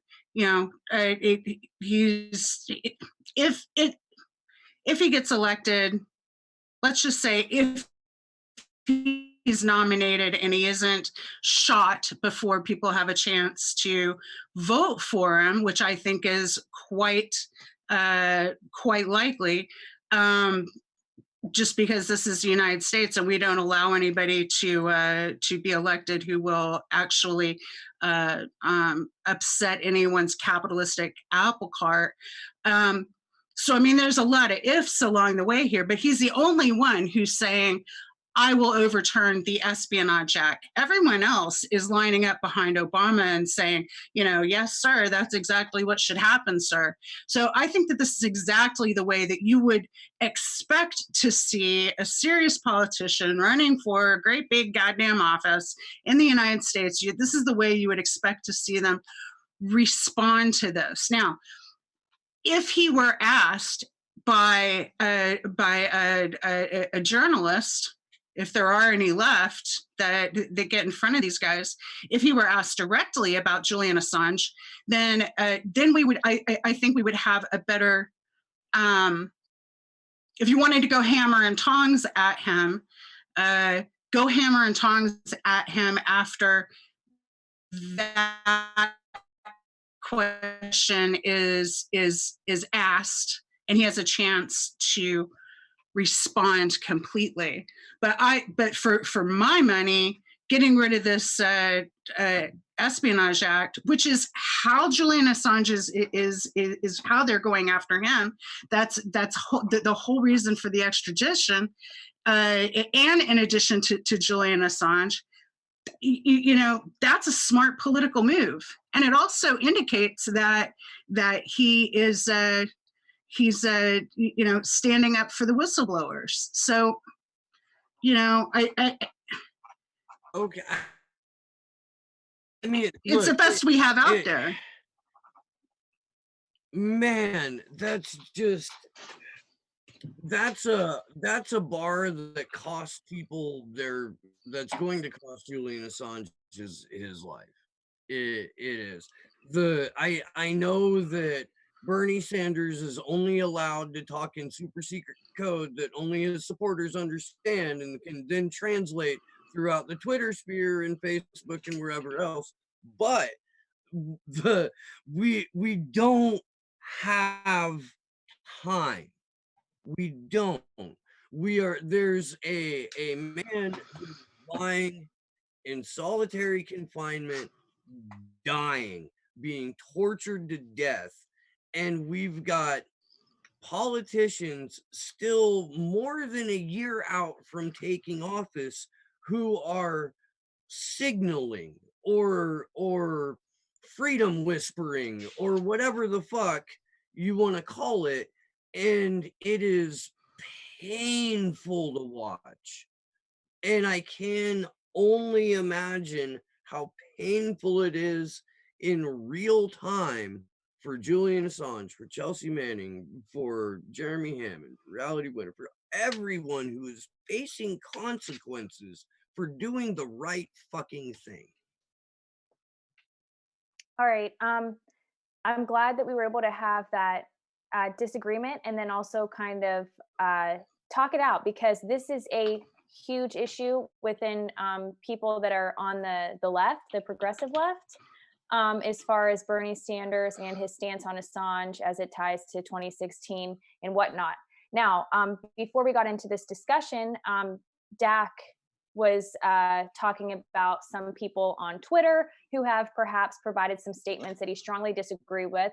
We do want him to have the opportunity to clarify exactly what he meant there. But before we get to all of that, Dak, if you could pull up your video of where you question Bernie Sanders about Julian Assange, so those who have not seen this video will be able to see this and they can make out for themselves what this means to them as far as Bernie Sanders' response to your question. So if you want to pull that up, and then just, I saw that you wanted to maybe clarify what you were saying earlier. And again, I think showing this video again is really important, because I think many of the people watching right now, and I could tell in the chat, have not seen this video. And I think it's important for everybody to be able to take a look at it. Yeah, sure. We can get it up right now. Here, I'm gonna move this over here. All right. We have sound, right? Yeah. Yes. Took-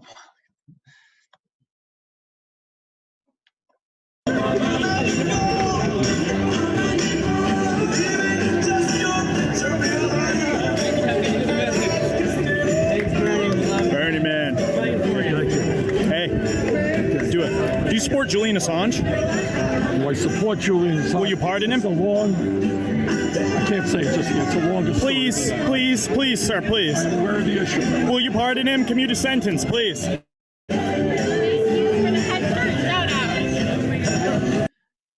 And that was pretty much that. Yeah.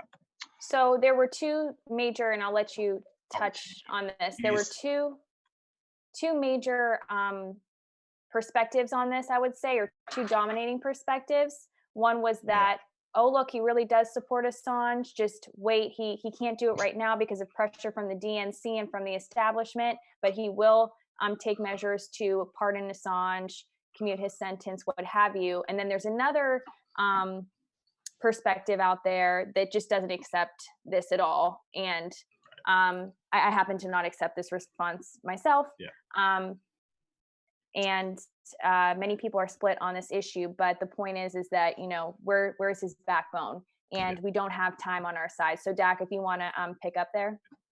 Well, first, apparently I offended some people with my 4-letter words, even though we live in a society where the president pals around with a child rapist like Jeffrey Epstein. Priorities. But the reason, the people to whom I was saying fuck you were, I'll do it right here, right now. It was people on Twitter who were saying, there was an individual who said he hopes to see Assange get executed. And then another person on Twitter who had said he is standing on his principles, trying to help millions instead of one. So those are the people whose barbarity I was responding to with my oh so unacceptable language. But you know, I'll have to deal with that. So this is my thing with Bernie, okay? And I think that Steve hit the nail on the head when he talked about the super secret code that only Bernie supporters can understand. why is it that with all of these videos I took of all of these candidates, Bernie Sanders is the only one who is permitted the benefit of the doubt over and over again?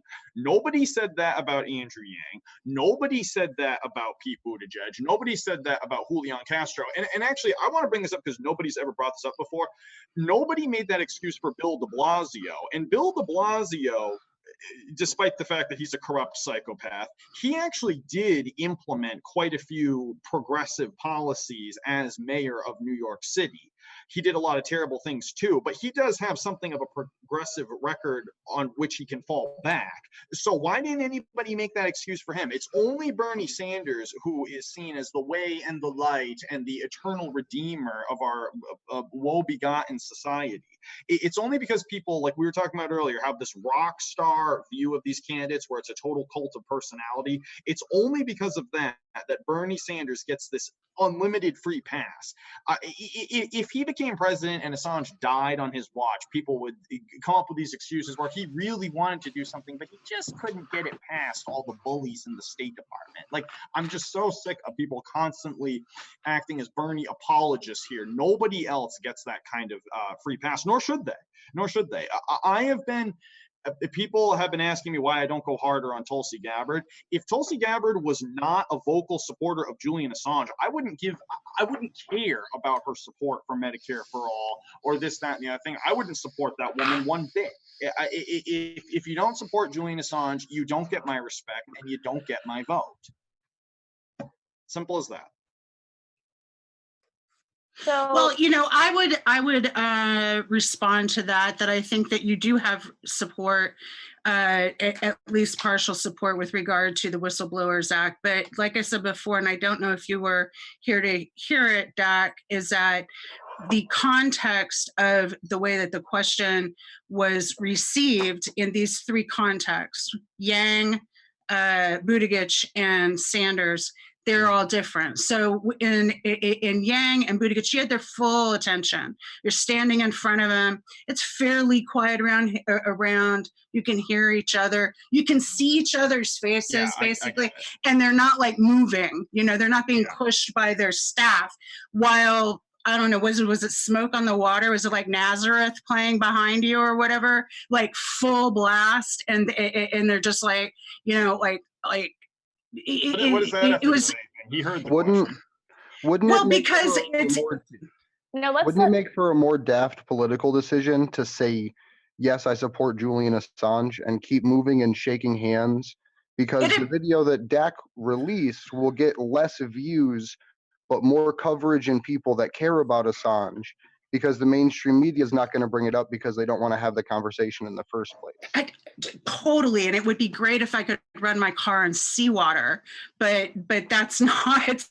No one's going to do that. No one's going to stop in a line, where there's like a ton of where you're on your way, where your staff is pushing you around, and they're like, we got to get to the next place, and there's all this noise, but and it's a yes and or it's no somebody. answer. It's a yes or no answer. It shouldn't require him to sit down and explain a full-length thesis on why he does or doesn't support him. guys, yes or no. Okay, let's do, Dak, before you get in here, let's let Brooke get a chance to finish her full thoughts, and then Dak, you can come in, and everybody, and I'm not trying to boss everybody around, but let's, Brooke is the only one that feels a certain way. Let's let her have the opportunity to fully explain what she means, and then we could have our rebuttals. Yeah, I just don't think that that any serious political candidate running for president is going to take a question being yelled from the crowd in that context and answer it affirmatively or negatively in a complete sense. And I think that additionally, that saying that he will no longer use the Espionage Act of 1917 to prosecute whistleblowers across the board, I think that is, hey, can any of you tell me that any of the other presidential candidates have done that? themselves? I mean, what other presidential candidate has any of them said, I will stop using the Espionage Act of 1917? So I mean, how does Tulsi that- probably has, but what's the process for that? What's the process of undoing that? Yeah, Through that's what I'm curious is what's the executive process order compared that to a way? pardon versus, Is that part you of know, your pulling agenda? that? this is something you can do with an executive action. This is something you can fucking do with a fucking executive action. That's the power of the fucking presidency. All right. And having somebody in the office who actually takes the work of journalists and the work of whistleblowers seriously and thinks that that's part of democracy, which I believe Sanders actually does. I don't think any of these other jackasses do. Maybe Tulsi notwithstanding. Go ahead. I'm sorry, Steve. Years of him not citing Julian Assange when it matters. There's years and years and years of him not even being able to say his name when he repeated Dak's question back to him. Do I support Julian Assange? He starts to say that's a long, and then thinks better of it because there's in his mind a long walk to that question. It is a very simple question. Do you support Julian Assange? Yes or no? Would you pardon him? Yes or no? And I understand that he's at a campaign event. I understand that it's noisy. I understand that his handlers need him to move along the line and continue glad handing. And I've seen it happen with Bernie, where he'll follow up with a journalist after the fact. Talk to my staff, we'll set up a meeting. If he wanted to answer the question, he's had multiple times, multiple ways to do it. If he wanted to, and I understand, I do, that the media is super mean to him, and I understand that well, so you're aware of Russiagate, right? You're aware that that has changed and poisoned the environment with which we can actually have decent conversations about these types of things. All right. And even having done that, this is what Sanders tweeted out today. Let me be clear. It is a disturbing attack on the First Amendment for the Trump administration to decide who is and who is not a reporter for the purpose of criminal prosecution. All right. Donald Trump must obey the Constitution, which protects the publication of news about our government.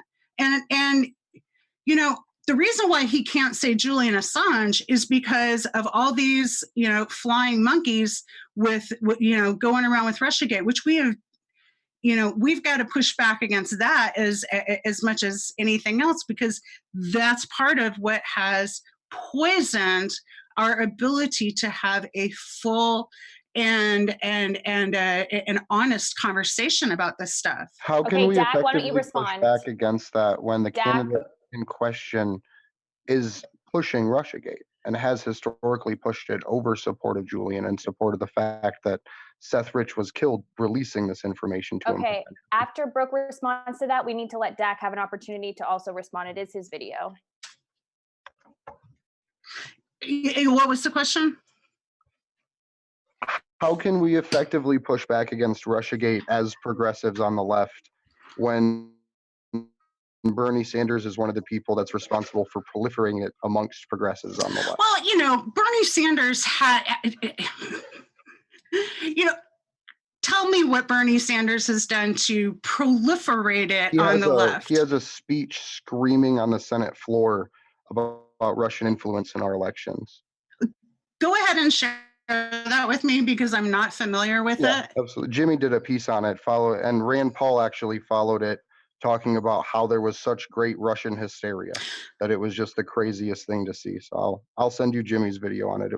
Okay, well, that's absolutely fine. And, just let the record reflect that, I'm willing to of all of the presidential candidates out there, I'm willing to give Sanders some leeway on this. And I'm willing to see that he is the one, I think, who would actually change what's going on here, and that he's being put in a box. People are going to call him a socialist, or they're going to call him a Russian lover, or whatever it is.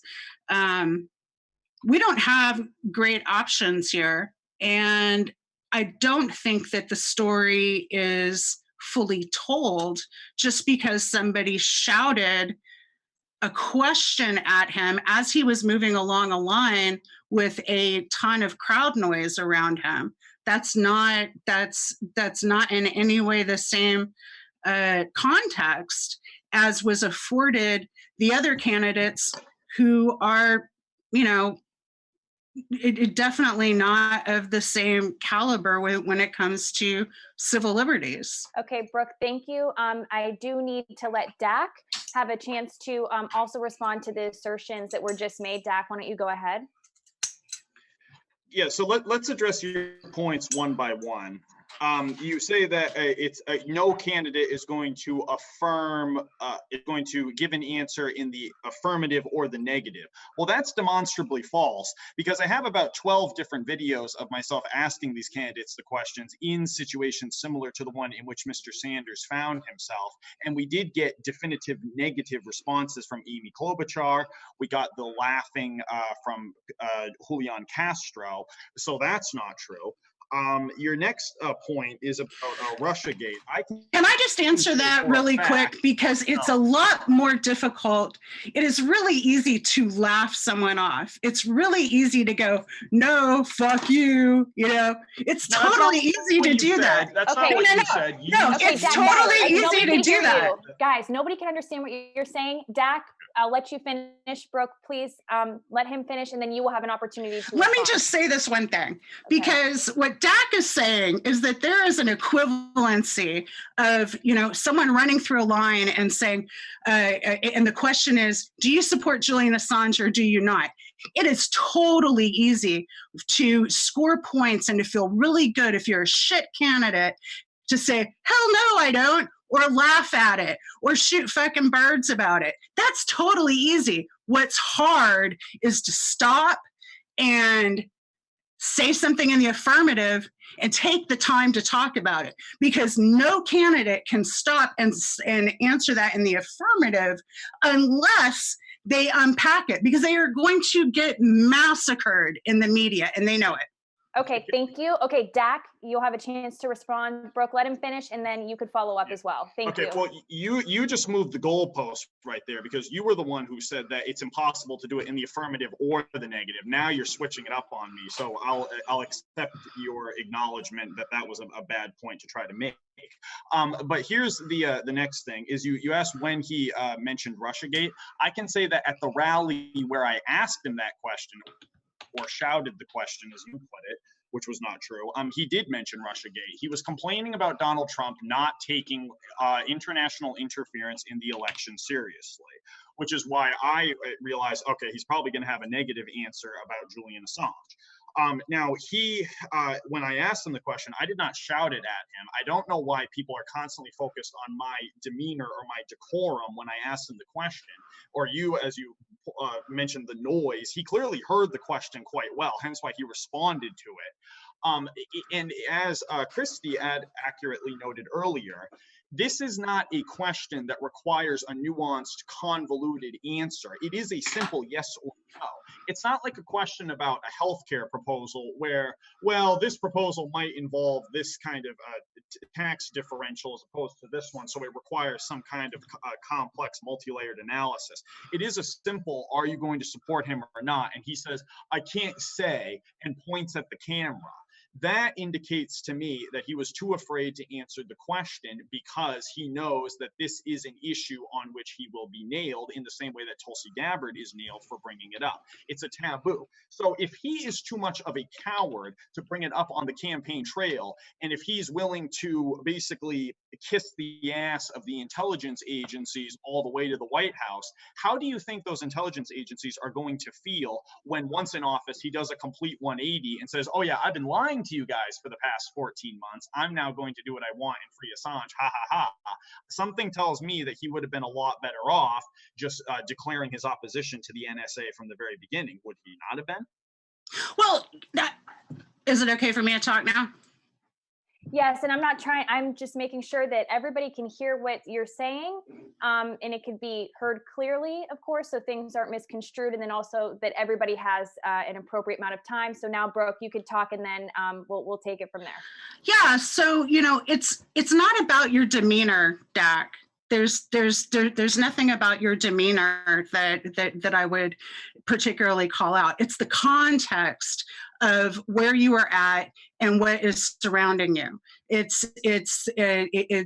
There's a volume situation. There's a situation with the candidate being pushed around. Now, whether or not he's going to. What is the second thing that you were saying about like flip-flopping with the intelligence agencies? Yeah, if people say that he's just playing possum, basically, that of course he's going to defy the NSA, but only once he gets into office. Well, he needs to answer the question. He needs to sit down and have this conversation. I didn't say that was an adequate a response. I just don't think that was an equivalent asking of the question. It's not equivalent to the way the question was asked to Yang. It's not equivalent to the way the question was asked to Buttigieg.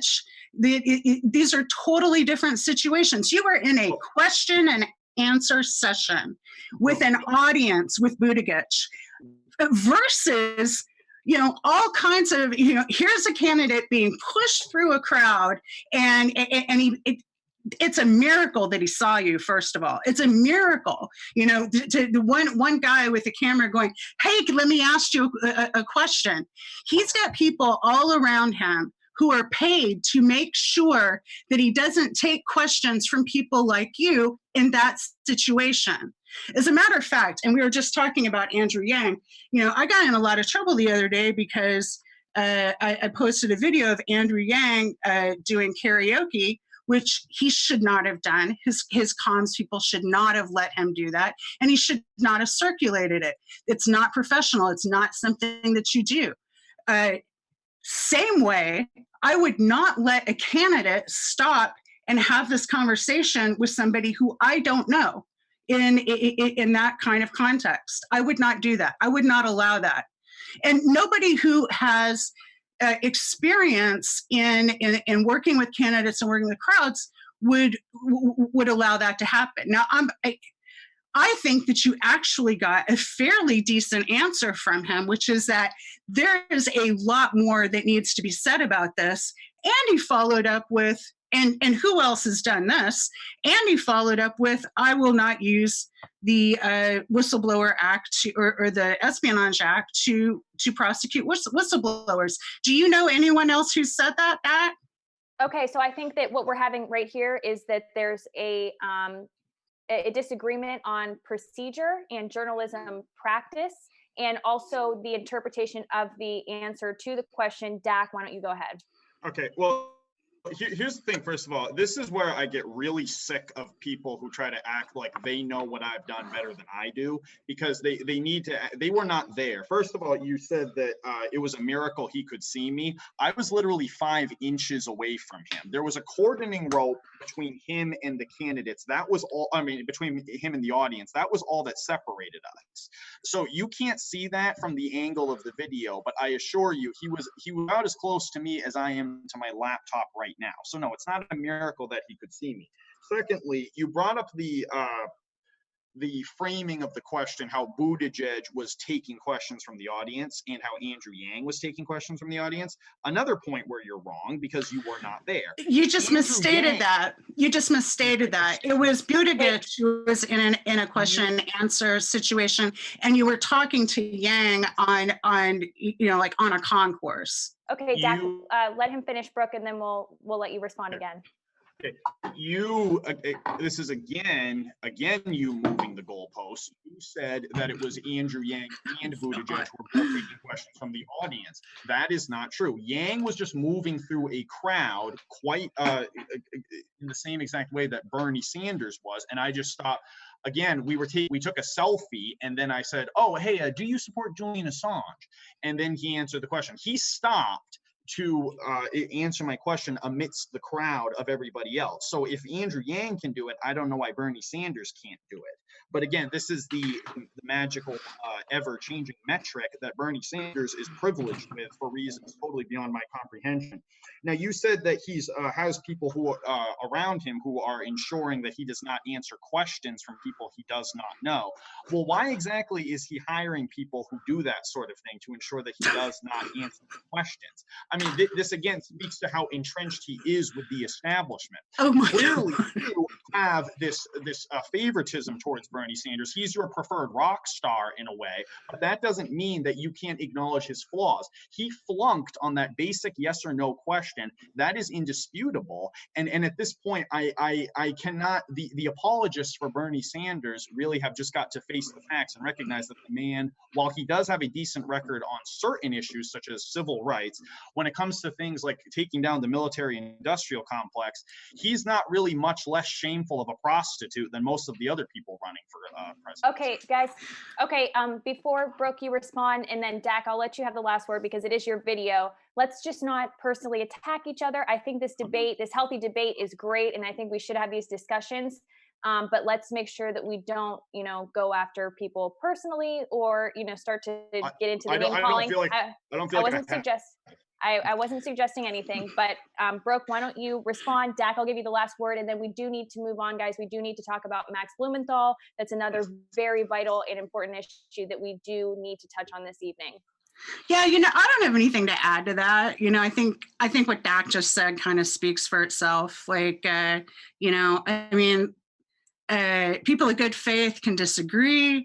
And, I've worked professionally with campaigns for quite some time. I know what I'm talking about. I don't think there's nothing else I'd respond to that. I mean, like, you just got to back away at a certain point and be like, all right, dude, it's all right.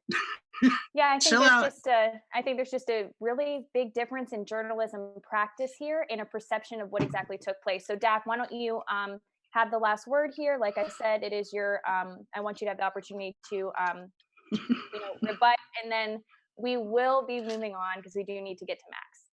So quickly, please. Yeah, I just want to say that with people who are, people always ask me, what exactly did Julian Assange do for me? Or people who want to criticize what he did. What I always say to those people is Julian Assange did what he did, even for people who don't appreciate it. So when I go up to these candidates and ask them the question, I don't do it to get personal respect or appreciation from people who don't have respect for what I do. I do it to provide the information for people who are actually going to use it. So that's all I'm going to say is that I'm okay with being disrespected by the people that I'm trying to help here. I'm just saying I provide the information to help Julian Assange, not to help my own image. That's all I want to say. Okay. I think that, it's important that we're having this discussion here because we know this is obviously not taking place in the mainstream media and in the corporate media, but it is taking place here on the Vigil. And we are holding these candidates to account and discussing their views on Julian Assange, which is extremely, extremely important. I think that's a point that we can all agree on. To kind of build off of that, another topic and another story that has been largely ignored by the corporate media is Max Blumenthal, who was arrested on Friday, October 25th, I believe. And that whole situation is very frightening. And I think what's even more concerning is the fact that it was largely ignored, of course, or completely ignored. I have been kind of talking quite a bit tonight, so I do see my co-host really itching to get a word in. So if any, one of you three do kind of want to pick up and explain to our viewers some details about Max Blumenthal and what exactly happened. So Max Blumenthal is one of the finer independent journalists we have going right now. it wasn't just him who got arrested. Alex Rubinstein's brother Ben got arrested, and was Jerry Cordy, the guy from Veterans for Peace who got his ass kicked by Secret Service in front of the embassy. He got arrested in all of this too. Um, back in January, the illegal coup of Venezuela was launched.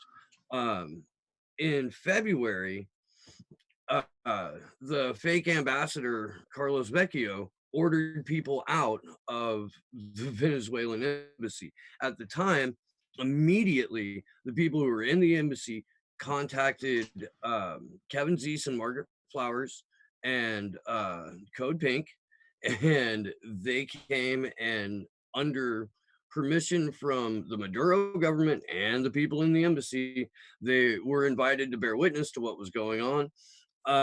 Alex Rubinstein, who writes for Mint Press, and there was another Mint Press reporter, and I can't remember her name off the top of my head. I'm sorry. It will pop up when I pull up the article. At any rate, they were also embedded within the embassy for weeks. The embassy was laid siege to.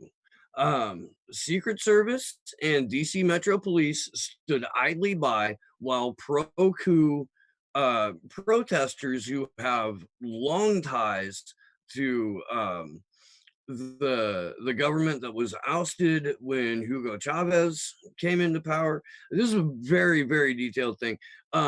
I have on my channel, Slow News Day, an entire playlist. There's like 5 or 6 of them, of embassy siege videos. Al Suarez, who is a friend of mine, flew up from Miami area to DC to stand with the embassy protectors outside, who were trying to deliver food, who were trying to deliver water, because their water was cut off, their power was cut off. At the same time that there were rolling blackouts in Venezuela, they were blacking out the Venezuelan embassy. This lasted for weeks, and Max Blumenthal was one of the very few people who were outside to cover it. Max Blumenthal was arrested for it's a bullshit charge. Well, basically what they're accusing him of is improperly trying to deliver food. Let me pull up the article here real quick, and I will probably put it on the share screen. Yeah, I will do that. And as Dak mentioned earlier, he got swatted 5 months after the fact. Let me pull the screen up right now. Team of DC police officers appeared at Blumenthal's door just after 9 a.m. demanding entry and threatening to break his door down. A number of officers had taken positions on the side of his home as though they were prepared for a SWAT-style raid. Blumenthal was hauled into a police van and ultimately taken to DC Central, where he was held for 2 days in various cells and cages, shackled by his hands and ankles for over 5 hours in one such cage, along with other inmates. His request for a phone call was denied by DC police and corrections officers, effectively denying him access to the outside world. It's a simple assault charge. And I have video on my show of people trying to deliver food. They were for a while were trying to hoist it up by rope, and you've got these pro-coup Washington, D.C. sanctioned, Trump administration sanctioned, D.C. mayor sanctioned police and Secret Service and pro-coup protesters who are tackling these guys, who are beating these guys, who are walking around shining lasers in the eyes of the embassy protectors, strobe lights. It was insane, and no one would talk about it. No one. Lee Camp covered it a bit. I think he even had one or both of the journalists on. But it was Max and it was me from here in Boulder Creek. But if there's a precedent starting for finding months old charges that were previously rejected, as an incentive to keep journalists and protesters from doing what they do, we're witnessing it in real time right now, and there needs to be a giant media response to this. I will kick it over to someone for a second. Looks like half of you bounced. Yeah, so Brooke did just she headed out because it is late here on the East Coast. It is 12:30.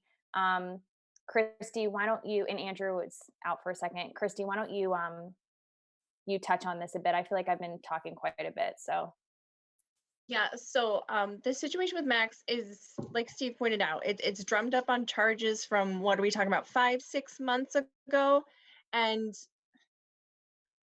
we're being conditioned in this society to just assume that if a journalist is arrested with a SWAT team coming in and they're pulled out and then they're shackled hands and feet and not allowed to call their lawyer, that they must have done something somehow to deserve it. Because the mainstream media is not making any noise about this, and we're barely hearing about this. And Max had to write this up on his, himself after he was released, it seemed like, to really get any information on what happened. And I just feel like we're just being conditioned to think, oh, Julian Assange deserved it. Oh, well, Max Blumenthal, he must have done something to deserve it. And I don't know how many journalists we have to go through, and I don't know how much more this has to happen, whether America is doing it across seas or they're doing it actually here on our soil, that we're just going to keep looking the other way. yeah, I agree. Especially, I think the time, and I did step out for a second, so my apologies if this was previously touched on. But one of the things that I thought was extremely disturbing about this, of course, is his treatment. It seemed very excessive. We also saw this with the Roger Stone case. I am in no way comparing Roger Stone to Max Blumenthal, but we saw this kind of like home invasion, like mass home invasion, like police entering the home. It was just ridiculous, and we're seeing that happen with people for political reasons. So that's why I addressed Roger, or brought up Roger Stone here, because again, this is all very political. And if you really look at the details of this case, it's quite interesting, because you'll see that Carlos Vecchio, who was the Venezuelan coup regime's ambassador, is what they use in the article, to the United States. He actually allowed these opposition activists to destroy the outside of the embassy, specifically the cameras. And he also has ties to U.S. government.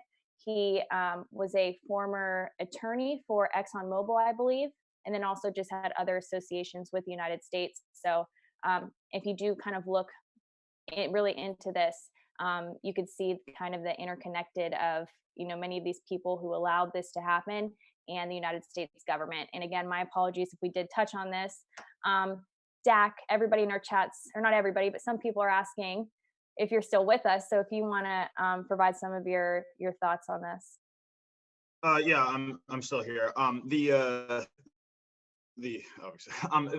One of the things that we need to keep in mind here is that Julian Assange is a world famous journalist. Max Blumenthal, though not as prominent as Julian Assange, is reasonably famous within his own right. We don't know if there are any relatively unknown journalists who are being prosecuted like this, who are being swept up, and who do not have massive social media followings that can rise to their defense, however feeble that defense may be. On a personal note, I am concerned if the FBI or CIA is going to retroactively declare that it was illegal of me to go up to these candidates without their consent and film them, and then are they going to kick in this door? Well, I don't have the kind of international following that's going to rise to my defense. It is something we have to seriously think about. We're not kidding around here when we say that the next person could be you simply for watching this video. They've got plenty of room in those Walmarts that they've converted into massive jail cells for the illegal immigrants. Who's to say that we won't all be sitting in pens by the end of the year? And something to point out too, in the UK, it's actually illegal to view intentionally or accidentally terrorist propaganda. Yes. Right.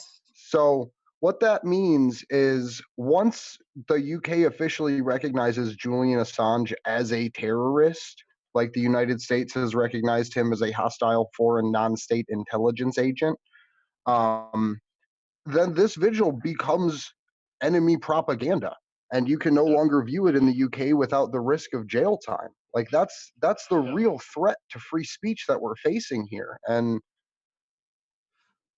I've written several things on Twitter where I've said literally "fuck the United States government" or things like that. They would have every reason to accuse me of writing seditious literature or inciting people to some kind of violence. They could make that kind of bogus accusation if they wanted. I mean, we're not none of us are kidding around here. This is very pertinent. Just because the unwashed masses don't understand the significance of it, that doesn't mean that they might not be the next ones on the block.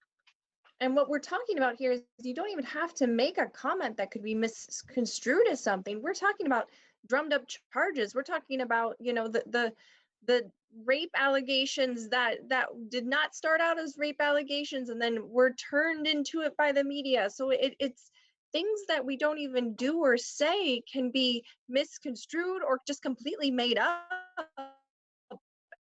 And then the media will just run with it and railroad you into some sort of evil character charge, and then nobody's going to stand up for you because that person's a rapist, that person's a pedophile, right.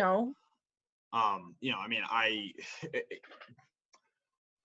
I tried explaining this issue to my sister recently, and she said, well, I don't have anything that on my computer that I'm worried about them finding. Well, the thing is, what Julian Assange was doing was not illegal. If the United States government wants to repeal the First Amendment, that's its right to do so.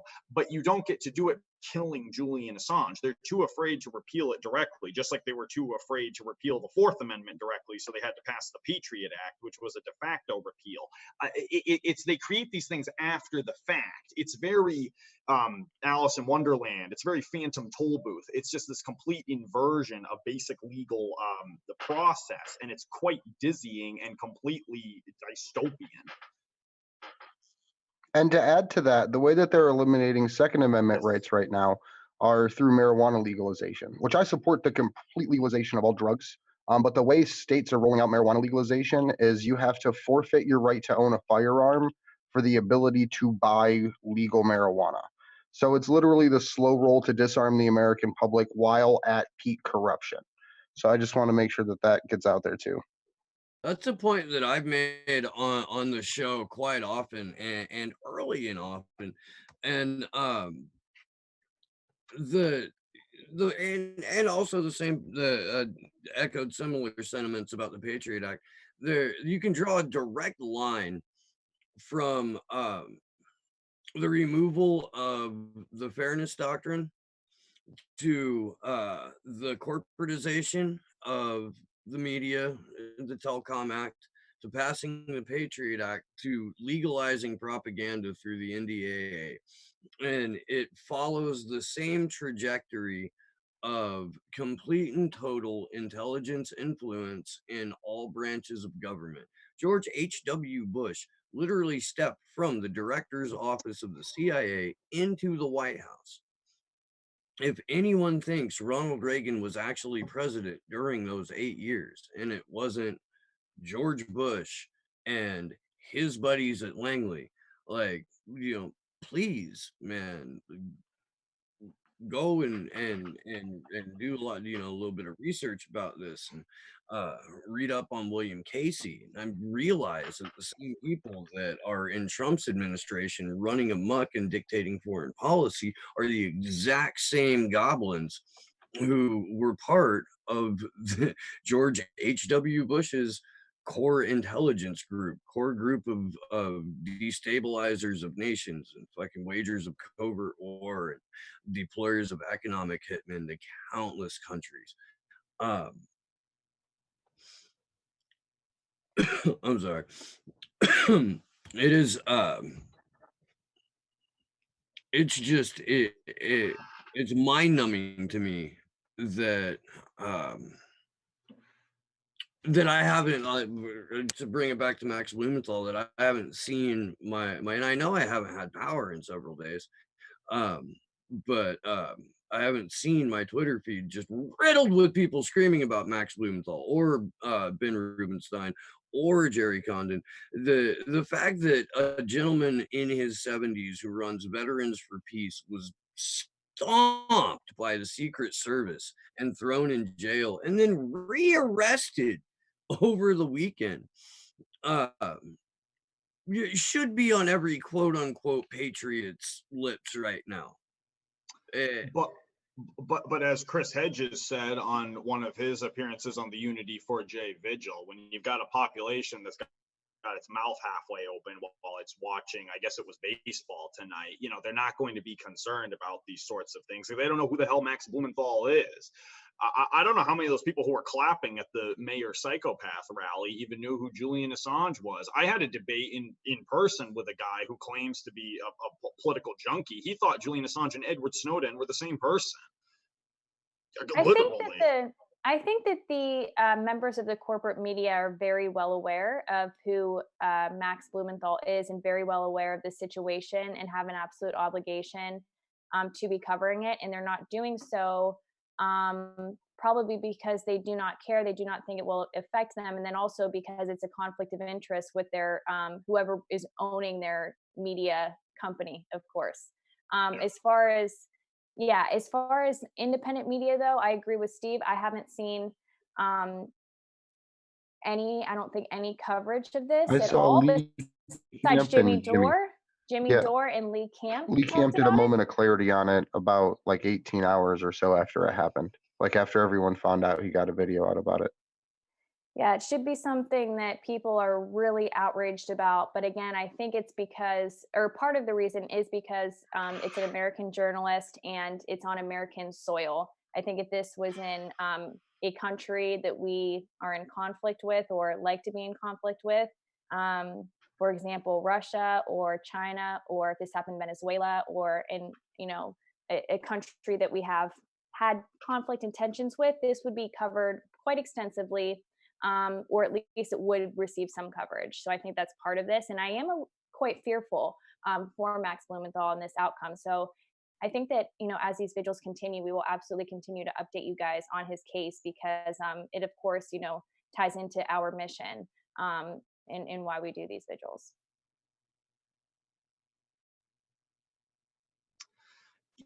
Okay. Yeah, so do we want to... I was just going to say, do we want to talk about the Epstein thing real quick? Like, do we want to touch on that? Oh.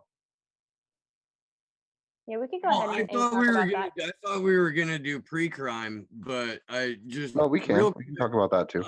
Real quick, and I've said this before, I don't believe that Jeffrey Epstein died in that cell. I believe he was removed. I believe he was handcuffed to a chair at a Mossad safe house until all of his blackmail material became theirs. Anything that they thought he may have hidden, they went to go find. And when that was found, his usefulness as a living, breathing human would come to an end. So that's that, and you don't have to agree with me on that. But that's where I land on this. So do you believe he was murdered eventually? Is that what you're saying? Oh yeah, without a doubt. He didn't get the Argentinian, vacation hideaway. Okay, because I mean, honestly, I just, whether he was murdered in the cell or afterwards, I feel like that's kind of irrelevant. I mean, the camps of the conspiracy theory, of which I proudly consider myself to be a member, would be either that he was murdered in the jail cell or that he escaped to, as you say, the Argentinian vacation and went off to the land of do as you please. No, I think he was murdered. Anybody who thinks he committed suicide needs to go back to their Harry Potter book. But yeah, I guess just the distinction is not really of much interest to me when he was murdered. So one of the things that I thought was weird, just real quick, about his death originally was the fact that there was a photograph, which had to have been taken moments after he died, or allegedly died. There was a photograph taken by a journalist, and then it was published on the New York Post. That is like very uncommon practice for a journalist to be taking pictures of a dead body like that, and especially to be that close. Additionally, a journalist would have to be there right at the exact time to be there and get that photograph. And I think that they would have to have special access to be that close. That to me was extremely suspicious. If that was a journalist, the journalist was placed there. That's what I'm suggesting. Yeah. Yes. Yeah, there was a couple photos that were circulating right after that. And look, man, the shape of your ear and the shape of the cartilage of your ear doesn't change when you die. The shape of your nose doesn't change when you die. Believe Epstein is dead, certainly, but look, the conversation you're allowed to have about this is whether or not he died in that cell. And as long as you remain in the confines of discussing it in terms of whether or not he died in the cell, but that the cell is the place that he died, you're okay to have that conversation. You can have it on whatever media channel you want. You can do it on fucking CNN if you want. But if you start talking about this guy was extracted, that's when you get shut down. That's when you're not allowed to speak. That sets off a lot of red flags. Did anybody see the tweet that Bill Maher had sent out back in 2015 where he said, I don't want to hear about Hillary's emails. I want to hear about Bill's emails with Jeffrey Epstein on that island they go to. Did anybody see that? No, I didn't. Yeah, that was done. It looks like Christy might have seen it. I think I've seen it come back since then. Yeah, I haven't seen it. I think it's fascinating that we're realizing that our government really is Caligula 2.0, that they just engage in these Marquis de Sade style sex orgies, and while they loot the treasury and leave the people to eat each other in the streets. The term back in Victorian England and throughout Europe at that time, they were called hellfire clubs, actually. And it's a really interesting background to look into. Elites from all political persuasions would meet up in secret underground taverns built into hillsides, and they could fulfill whatever sexual fantasy they wanted. The proprietors of the club would provide them with whatever they asked for payment, and it was just a way that they maintained the velvet glove political society, because they all had this horrible shit in the background on each other that if one brought forward, all of them could bring forward, but you're still free to try to manipulate people through political pressure.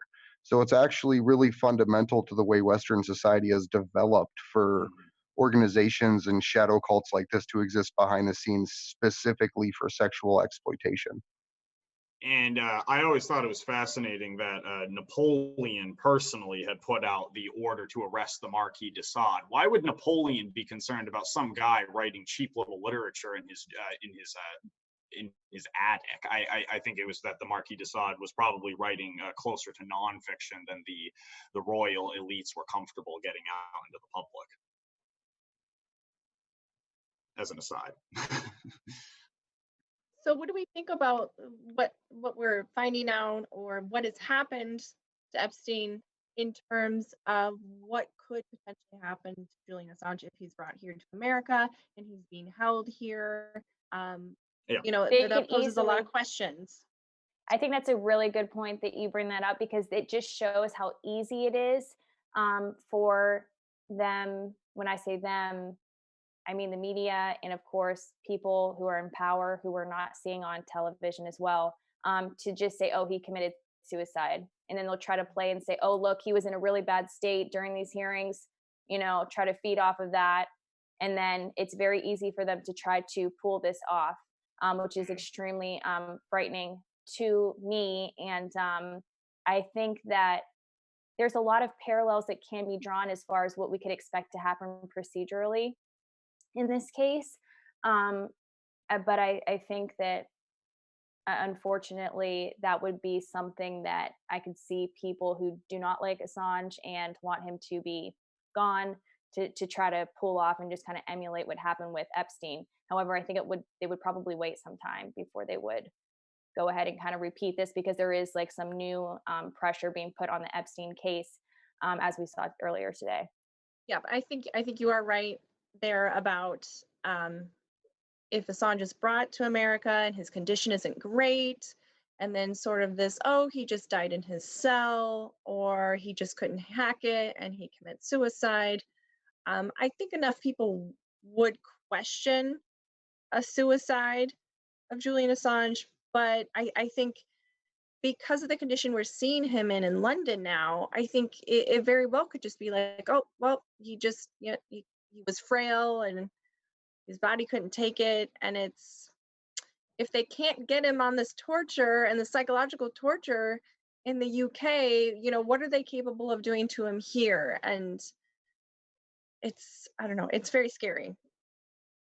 The one person I spoke to said that the symptoms with Assange suggest that it's a sleep deprivation, which not that anybody's going to be shocked to find that out, but that may be the only thing that they're doing in England right now, because they were doing that to him in the embassy. They were doing that to him previously. Yes, he talked about that. Yes, and it's more effective than breaking bones because it doesn't result in physical right. evidence.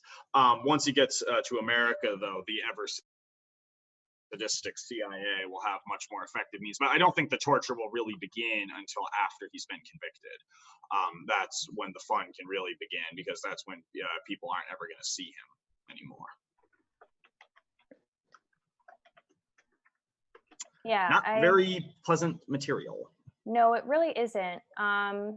So I think that there are are there other issues that we do want to touch on tonight? I know that Andrew, you wanted us to get like a foreshot of us because we're in character.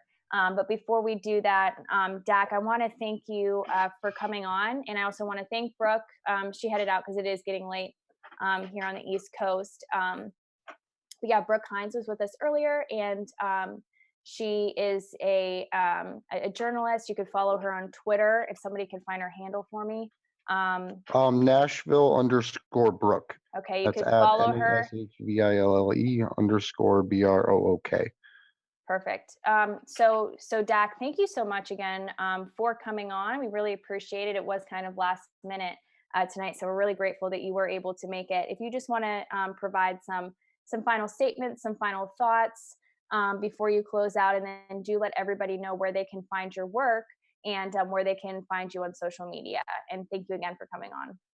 Oh, no, thank you for having me. It's always great to come here. I think I've said enough. I'll let you guys end your show with what you want to say. People can find me on Twitter at @DakRullo, or they can find me at overwritten.org. That's where I am. Thank you again for having me on. I really, really enjoy it. Absolutely. Thank you so much for your work and for holding candidates accountable on this issue. It's super important. And I think that your videos will be looked at for years to come. So thank you again. And yeah, we appreciate you coming on. So everybody, that was Dak Rouleau. You can find him on Twitter, and you can find his series of videos where he questions the various candidates about their stance on Julian Assange. We touched on a few tonight, but he has spoken with many more, and the responses are very shocking. But I encourage everybody to check that out because it's important to know where they stand, and to kind of follow Dak's lead and continue to question them, and to continue to hold them accountable, and not just the presidential candidates, but people who are congressional candidates, and people who are just in political positions of power. It's important to do that. So we do want to touch on a few more things here. We want to do a pre-crime. So I will let and we also want to touch on some dates, of course, because we have a lot of events coming up. But before we do that, I want to open it up to the co-host once again for everybody to kind of touch on some things that they want to get to before we do start to wrap up here. I just So wanted to point I'll out. actually, I just no, wanted go to ahead. point out a couple things from Australia that we did have new on. There is, sounds like there is another politician who is actually from Australia that is trying to request a visit with Julian Assange. And there's been a little bit of back and forth with Julian Assange's legal team reaching out to Australia. And actually I believe it's the Australian Lawyers Association putting out a statement saying that they are calling on the Australian government to step in. So last week we had talked about the MPs forming this working group in Australia over discussing Julian Assange and bringing him back to Australia. So we're starting to see that pick up a little bit more, and there are more things getting updated. And it finally seems like maybe Australia is starting to wake up and start to be a player in this and maybe be able to step in and do something in time. Yeah, thanks for that update. That was something that we did plan on talking about. So it's a really important development in this case as it proceeds. So we'll continue to keep watching for more updates on that. A lot of credit in Australia too. Go for Bean and for Ian and the members of the Sydney Assange Defense Council, I think the name is, if I can remember it right, and I apologize if I got it wrong. They do great work. Bean started the Bring Julian Home campaign. They got thousands and thousands and thousands of posters and billboards and advertising trucks to drive around Sydney and other major cities to literally just say, "Bring Julian home." And so this is something that is, this working group and everything happening in Australia is a long time coming, specifically because of activist pressure and because of people being unrelenting in demanding that politicians address this. So big credit where credit is due to Bean and the people out in the Sydney organizing group and all over the country out there. Yeah, so I'm trying to think if we have other things that we do want to get to. Again, we've spoken before in the past about covering specific leaks. We do want to continue to do that. But I think tonight, of course, we had some other issues that we did want to address. We had guests, and we like to let them kind of speak, have more time to speak than maybe the four of us. Of course, we kind of hold off till the end. But we will be getting into some more of the leaks in depth in future vigils. And also, I forgot to thank Sean O'Brien for also joining us. He was with us at the beginning of the vigil. He was also with us the previous week, explaining to us all about the technical aspect of privacy issues. And he's really getting into the specifics with the technology, a lot of things that are pretty difficult for the average person to understand. So his coming here and his being a part of this vigil is vital for us all. And he did provide tips on how to keep yourself safe, I guess, or I guess the better term would be keep your identity private or your communications private. He provides some really good advice on how to do that and where to find those apps. So you could check that out. It's more towards the beginning of the vigil. Steve, I did ask everybody if there's anything else they want to touch on. Christy did just talk about the some news coming out of Australia. Yeah. So we did want to talk about pre-crime tonight because it's a thing that's real now and not just a horrible, plot line in Minority Report. A couple months back, I covered on the show and talked a little bit with Whitney Webb about Attorney General Barr's horrifying statement that and it was the Monday after the day that there were 2 mass shootings in one day, right? To give a little context, he came out or no, I'm sorry, it was 3 weeks before that. He because that was what made the article particularly interesting. He called his shot. Um, he started talking about the idea of having a pre-crime division of how, being able to stop these events before they start, and he wanted to put pressure on social media organizations in order to build the back door that Sean was talking about earlier, to be able to access everybody's encrypted information as well. Um, and he said if something like a mass shooting happens, we would be able to prevent it. And he used that as an example. Flash forward to and I'll pull this up on the thing, but flash forward to last Wednesday, and this happened. Um,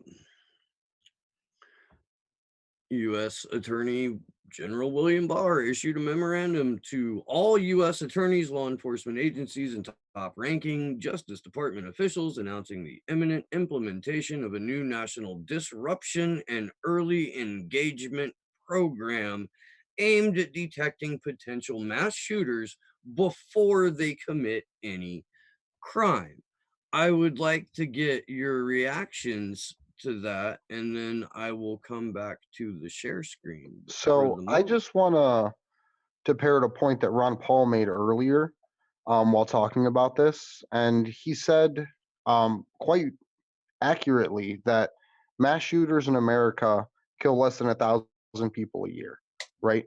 The militarization of our police in response to terrorism, in response to mass shooters, has created a situation where police are responsible for between 2 and 4,000 killings a year, extrajudicially, in the name of our government, with our tax dollars, with weaponry that our government provides them. So I think if they want to start like solving issues with violence on the street, you start by demilitarizing the police force, not surveilling every single citizen as if they're criminal. Right. I think the police definitely escalate the situation.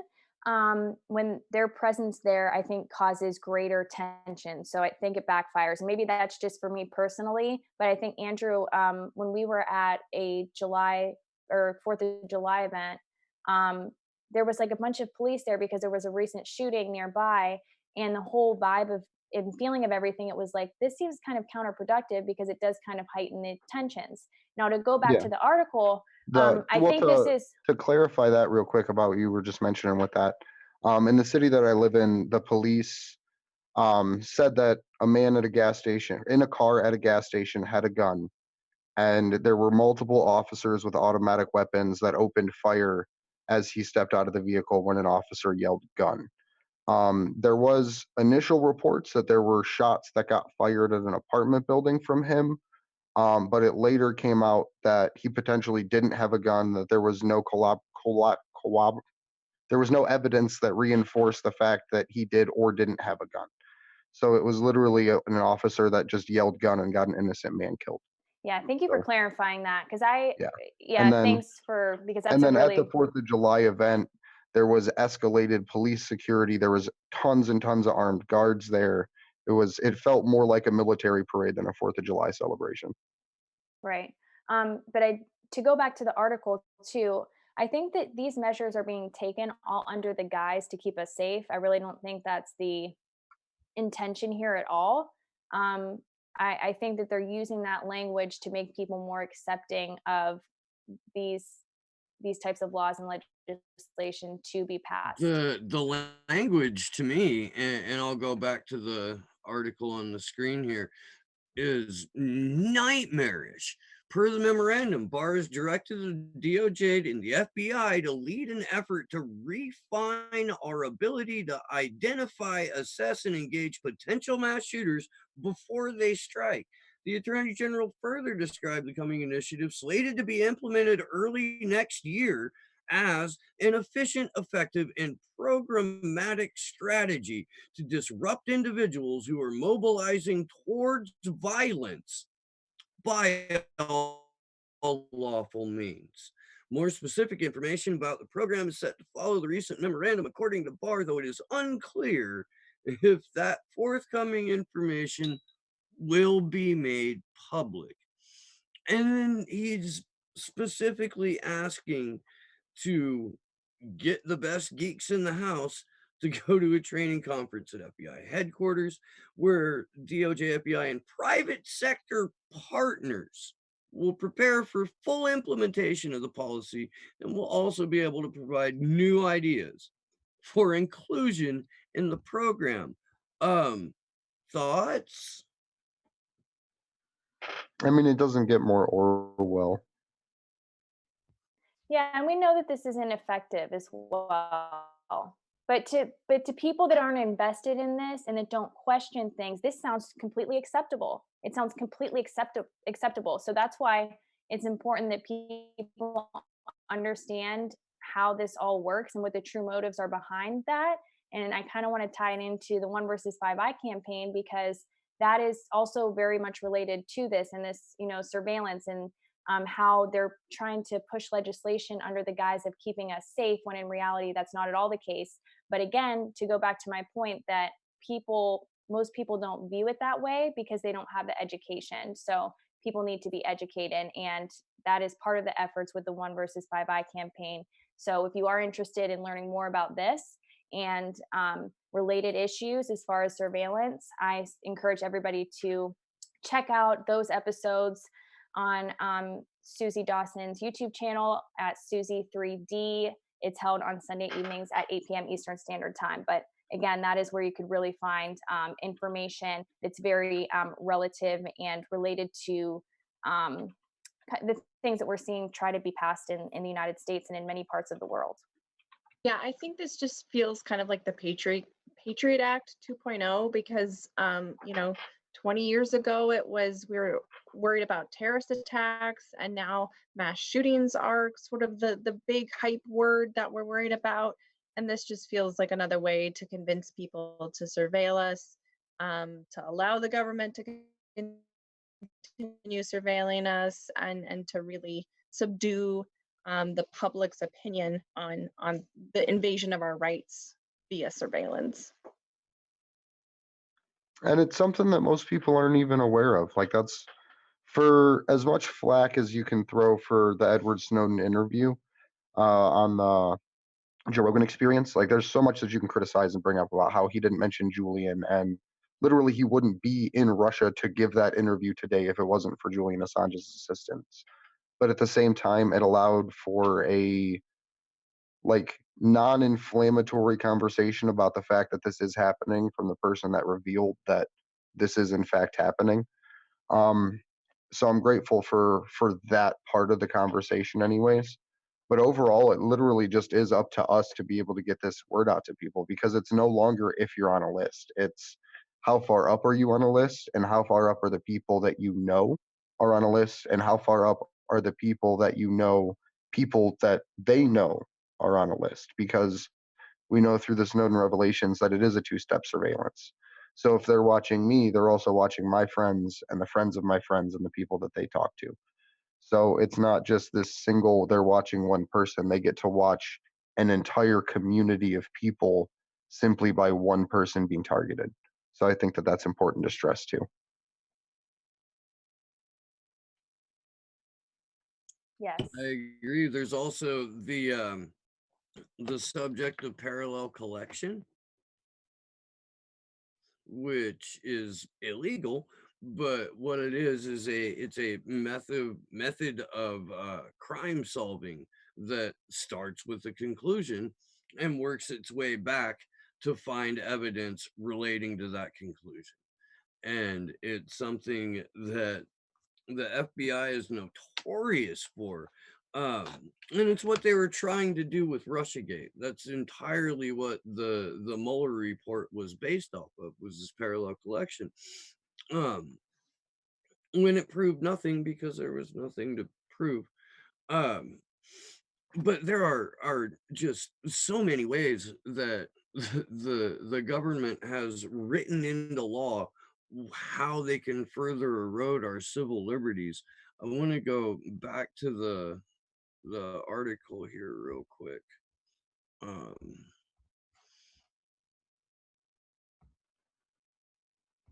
Because here we go. Oh, it will let me scroll now. Okay. There's a bit in here about Carbine 911, and if you guys aren't aware of what that company is, it's a little bit worth knowing. I'll give you a little bit of background. Jeffrey Epstein had an apparent interest in pre-crime technologies and was a key funder of the controversial tech company Carbine 911, along with former Israeli Prime Minister and close Epstein associate Ehud Barak.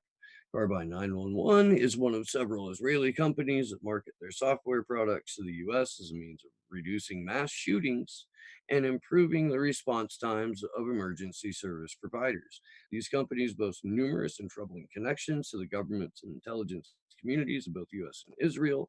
Epstein himself, linked to intelligence apparatus of both nations, invested at least $1 million in Carbine 911 through a data mining company he controlled. Bring up and I'm taking it off of the screen share just because it's interesting. We were talking about Epstein earlier, and here he is popping up again in the article. But Carbine 911 is one of the companies that are created after people retire from Israel's Unit 8200, which is basically the same as, or the equivalent of our NSA. Unit 8200 has been responsible for selling software to world governments, including ours, that they had built a backdoor into, so that whatever classified material any government that had the software installed had, they also had access to. When they got caught doing it, they kind of shrugged it off and were like, well, we still have you by the balls. And then another company would spring up, and then they would sell more software, and like it's just this, it's almost a sick kind of joke, but they keep buying these products from a company that has just, or from tech startups with roots in Unit 8200 that have just historically stolen from them. And when Bill Barr talks about working with private sector partners, you can guarantee that among them bidding for it will be several tech firms that have roots in Unit 8200. Right. And then along similar lines too, I think that what I find to be very interesting is that, you know, we're seeing this type of legislation and bills being proposed, legislation passed and bills being proposed in various countries around the world, therefore suggesting, of course, that there is an interconnectedness here, and this is a collaborative effort, because it doesn't make sense that very, very similar laws and bills are being passed in various countries that are not even like geographically near each other or bordering each other. So I think that also points to another issue similar to what you were addressing, Steve. I mean, it does when you realize the entire world's been orchestrated by a global intelligence apparatus. Like once you That's what can, yeah, that's what I no, I know. was indicating. That And it, yeah. As far as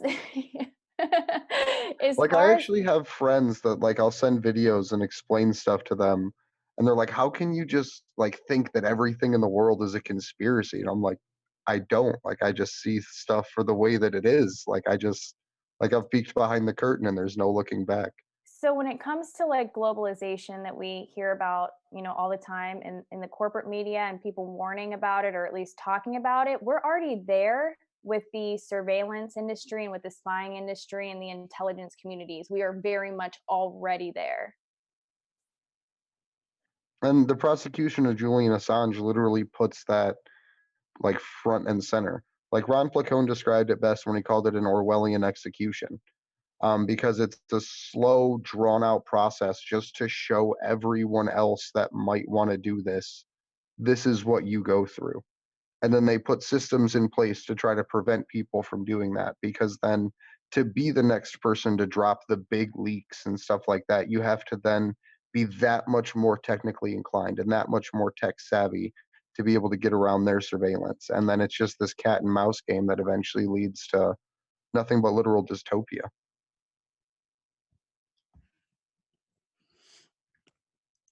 Well, that's just it, that this whole thing is just a deterrent so that no more information is ever leaked. No more, the US can continue, proceeding as is, as status quo in the Middle East, and no one else is going to leak anything. The DNC can continue doing whatever they want and propping up whoever they want as their nominee, because they've made it apparent that if you leak their information, they will turn you into a Russian bot and they will smear you up one side and down the other. So this is all Or just a drop you dead deterrent. on a sidewalk and have no one actually investigate it.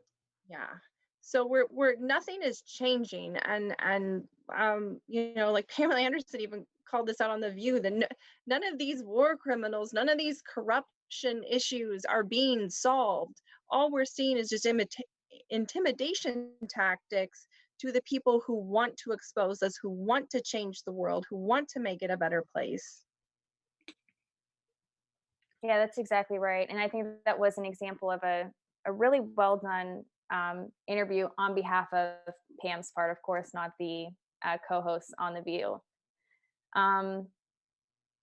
Yeah, so I'm glad that we did touch on this. Again, this is another issue that we'll continue to talk about. And then also for our viewers and people in the chat, if you guys could let us know like specific leaks that you are interested in learning more about, so we could kind of break those down. Of course, we'll need some time to look into that because it's a lot of research. Just doing the vigils is, a lot of research, but we're grateful and happy to do it and happy to bring you all this information. And do let us know what kind of topics you're interested in us discussing, especially when it comes to the specific leaks. And of course, I think that it will make sense to touch on leaks that are very relevant to what's happening at the time, or like at present day. I think it makes sense to kind of go in that direction with it, but we're open to really diving into whatever you all are interested in learning more about. So is there any other pieces of or bits of news that you guys want to, touch on tonight before Steve, did you want to mention the blackouts that you're going through, or just kind of give us a little summary of what's been happening there as somebody who's actually there and impacted by them? Yeah, so after PG&E filed bankruptcy and Jerry Brown bailed them out on his way out, they were bought by a hedge fund bought a controlling interest in PG&E, a public utility. They're publicly traded,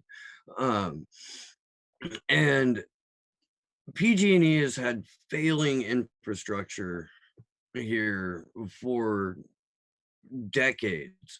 Back in 2010 in San Bruno, a gas pipeline exploded. 7 people died, 50 some people were injured.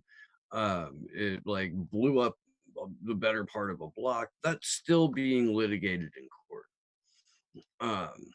The people who were victims of that have not had a shred of recompense yet. So PG&E's got all this bad, failing, crumbling infrastructure, and what do they do with their bailout money? They bonus their executives. They don't fix their infrastructure. They introduce rolling blackouts because, hey, it might be hot and that might start a fire. Or, hey, it might be windy and that might start a fire. Or, hey, it might be raining and that will also maybe start a fire. Like instead of, fixing their infrastructure with their bonus money, they cut power to hundreds of thousands of people. The last time that this happened, And I haven't talked to the guy to check, but my brother-in-law works for PG&E in their liquid natural gas division, and they were under a gag order, not only not to talk to people about what they were doing during the blackout, but not to talk to other employees about the blackouts or what they were doing. To me, that says they were desperately fixing beyond failed, crippling damaged infrastructure. But what it does is it makes people, well, I mean, it's an inconvenience as fuck, but you lose work over it. There's people who, if they don't have generators, backup sources of power, can lose their insulin in their fridge. Um, there's people who are on, breathing machines. There was a guy last time during the blackouts who died specifically because his breathing machine kicked off. Hundreds of thousands of people without power, and there is no goddamn reason for it because wildfires are going to start whether or not the power is on. Whether or not it's PG&E's fault because a tree branch hit a live power line or the transformer exploded a little bit too close to the dry grass. Like it's just one long abuse in a succession of abuses. And they just announced that another $11 million is going to go to executives for performance bonuses. I don't know what the performance was. Well, it's for the acting to have people not rise up and riot and burn down those buildings already. That's what I said. And a couple of times in a couple of different places, like publicly, like in line at the hardware store in the morning at work. If we rolled out a big old kettle of roofing tar and a giant bag of feathers and hung out in the parking lot at PG&E headquarters, we might get this resolved a little bit faster. Yeah, it's a great symbolic protest. And the most fucked up part about that whole situation is the fact that this is a corporation that is specifically and only entrusted to provide energy to people. Like that's its one job. Like its job isn't to line the pockets of CEOs. Its job isn't to worry about shareholders. Its job is to act in the public interest to provide electricity as a public utility. And the fact that that's not just owned by the municipalities to generate their own electricity is crazy, even if it's done at a county level and not a city level. Well, and I'm all for people getting off the grid. I'm all for people being less dependent on utilities like PG&E. I understand that that is highly impractical in cities currently. But it forces people who can't necessarily afford it to go ahead and try and stretch a buck a little bit further to buy alternatives, battery backups, alternative sources of power, get a generator. And these things are not cheap, man. Like even the cheap ones aren't cheap. So in order to continue through your life, you then have to kick out more money, and surviving becomes more of an expense, and it's just one more stressor and one more thing that I don't know, it should drive people up in arms, but what it's doing is getting people crabby with each other, instead of the people who are directly to blame. I've seen people on goddamn Facebook thank PG&E because it was kind of windy one day during the blackouts. And it's like, you bootlicking. I don't understand. Like, thank you, Solus Corporation, for not fixing your failing infrastructure and taking away power to hundreds of thousands of people. Thank you for that, because it might get windy in fall at the top of the mountain. Who knew? Yeah, I think what's happening is absolutely, and I know this doesn't help or really contribute much, but it's just the absurdity of it all. The fact that what's happening is completely unproductive. But also too, I think with these, on a related issue, the fires that are taking place, that is a tragedy in itself. And they were going to happen anyway. I know that, but just letting climate change go and not addressing it, I don't think is helping. So this is an example of really needing people to, get on the ground and do things and step up, because we can't count on others to do it, because they won't.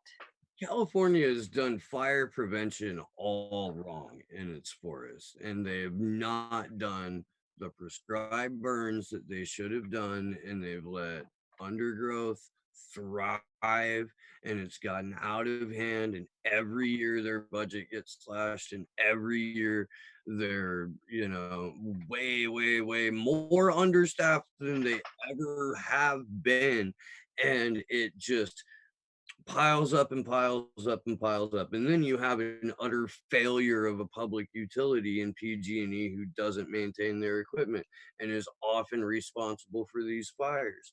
There's a human element, and then there's a different human element. You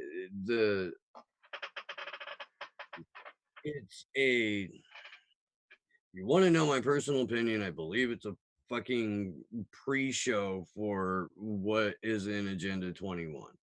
But that's something that I can go into on my own show.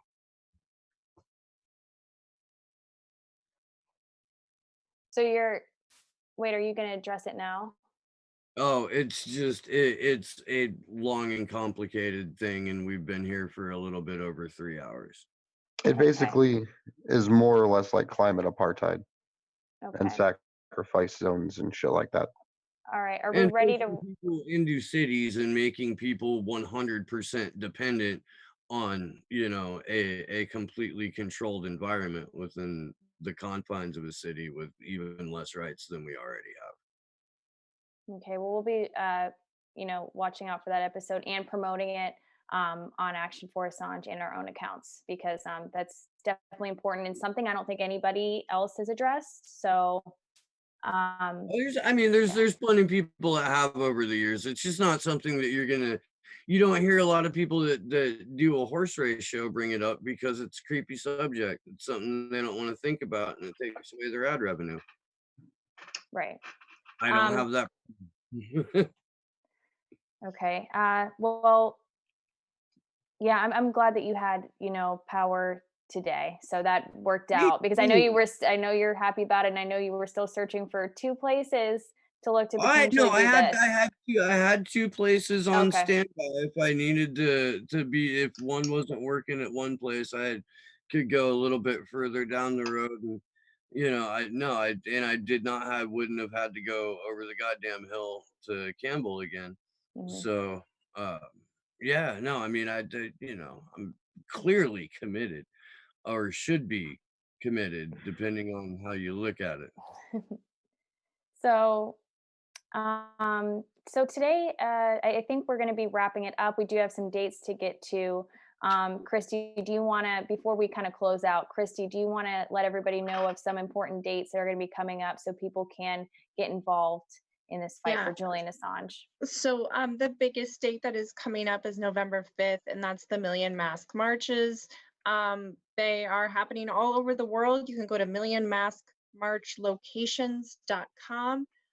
Also that day at the Home Office in the UK, rappers MIA and Loki and Julian's father, John Shipton, will be there. Very similar like when Roger Waters was there about a month or so ago. So they will be appearing and speaking on Julian's behalf, and speaking to the UK government directly, likely calling for no extradition. So yeah, those are the 2 biggest things coming up in the next week. And then on the 9th, there's a planned protest at Belmarsh once again. And then as we get into November, there's some additional dates. You can follow Candles for Assange or Unity for Jay. We're working hard to keep all these dates going and pumping out tweets so that everybody can find these. And if you are planning an event, let us know. Let us help you promote them. Yeah. Any other dates? Tomorrow, actually, is Halloween. And the scariest thing is the fact that our press freedom is being stripped away from us. So something I'm doing personally is while I go trick or treating with my children, I printed out the WikiLeaks 10th anniversary flyers. I went and picked out 5 different ones, as well as the instructions for sending letters to Chelsea, Julian, Jeremy, and Reality. And as my daughters go around and collect candy, I'm going to talk to the parents, hand them a flyer about one of the WikiLeaks releases, give them the way to contact Julian and Chelsea, and be on my way to the next house to do the same thing.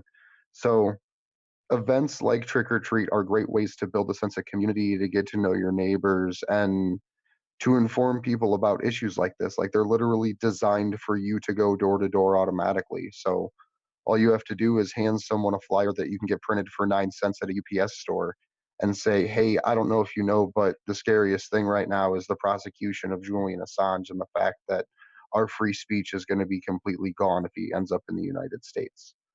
So it's a great way to take action if you're someone that hasn't decided to do that yet. I don't have any dates, but I do just want to encourage everybody to, and I'll say this as I close out too, but we went to Andrew and I went to see Joe Rogan in Cleveland on Saturday. It was a lot of fun, not the humor that I'm typically used to, but it was still really funny, and we had a good time. But we did, obviously, we can't go to any of these events without doing something. So we tried to hang signs, we tried to pass out signs. So I encourage everybody to continue to do that. And then also, many of you are familiar with the 1 versus 5 I campaign that I was talking about earlier. That's the number 1, the letters BS, the number 5, the letter I. Also do it for that campaign. We've talked a lot about, putting up signs for Julian Assange, but do it for Susie's campaign as well. I would encourage people to put signs out that say hashtag 1 versus 5 I, and also signs that just have 1 versus 5i.com. Basic, simple messages just to get people looking up, what does this mean? What is this about? And then it could go from there. So it doesn't have to be, just one issue, but when you go and do these certain actions, you can also spread awareness to related issues, of course. And that's not to take away from either cause, because when they're very related, you actually build more of a following, and you build more supporters and people who are enthusiastic about what you're doing. And that's all I have. So I guess that we are going to be closing out now. Tonight was a really interesting vigil. Of course, we all dressed up as people in the media, and it was a lot of fun, and we actually coordinated this for quite a while, and I'm glad that we did this because it was fun to kind of break things up a bit. I want to thank all of our guests again tonight for joining us. Brooke Hines, Dak Rouleau, and Sean O'Brien. Thank you to the 3 of them for joining us. Things did get heated tonight, but I think it's important that we have these conversations, and that we do let these debates happen, and just let them happen naturally, because they need to happen. So I want to thank everybody for, being a really good sport and all of that, and just kind of sticking it through. I tried to be as fair as I possibly could throughout it. I hope that I was. I really tried to make sure everybody had equal time. But I think that there's a lot to be gained again from talking about this, talking about our different perspectives on the candidates. And I think that you're not going to have the conversation about Bernie Sanders' stance on Assange really anywhere else, but here, or at least as frequently as we do it here. So again, thank you guys so much for watching. We are really grateful and appreciate it. And again, my name is Taylor Hudak, and you can follow me on Twitter @_Taylor Hudak. You can also follow ActionForAssange @action_4Assange, and also follow the 1 versus 5 I campaign @1 BS 5 the letter I. Again, do check out Susie's teach-ins, which are held on Sunday evenings at 8 p.m. Eastern Standard Time in the US, to learn more about how the spies operate and about the global surveillance state that we are all living in. It's information that you will not find anywhere else. So again, thank you guys so much for watching this evening. And in case you didn't know who I was Tommy Lahren tonight. This hair is, that's why I have long hair tonight. And red, white, and blue, because she tends to wear that a lot. So that's who I was tonight, in case you're wondering. My co-hosts are a little bit more obvious as to who they are. So again, thank you guys so much. And Andrew, I will hand it off to you. Yeah, you can follow me on Twitter at Andrew Zigmund, Zigmund. You can find articles that we post, some articles written by Dak, articles written by Taylor, Steve. I think there's a couple by myself up there at action4assange.com. If you're interested in getting involved in your local community but aren't really sure how or where to start, please feel free to email me. And that's actionforassange@protonmail.com. I am Christy Duff. I was playing Abby Martin tonight. We had a lot of fun planning this for you guys. We hope it gave a little bit of levity and just kind of broke up the just awful news we've all been going through recently. So yeah, we're glad you enjoyed it, and we try to have a little bit of fun, even though we have to discuss some pretty heavy topics. You can follow me on Twitter at Christy, CHRISTY, Doff, DOPF. Oh, if you are unfamiliar with me, my name is Steve Poikinen. Tonight I was playing Jello Biafra. You can follow me on Twitter at Slow News Day Show. I host a show by the same name, Slow News Day. Here on the YouTubes, I try my damnedest to always use independent media as the baseline material for my content. I do not cover the political horse race unless I absolutely have to. I have a regular weekly Sunday morning my time show at 10 a.m. Pacific to noon.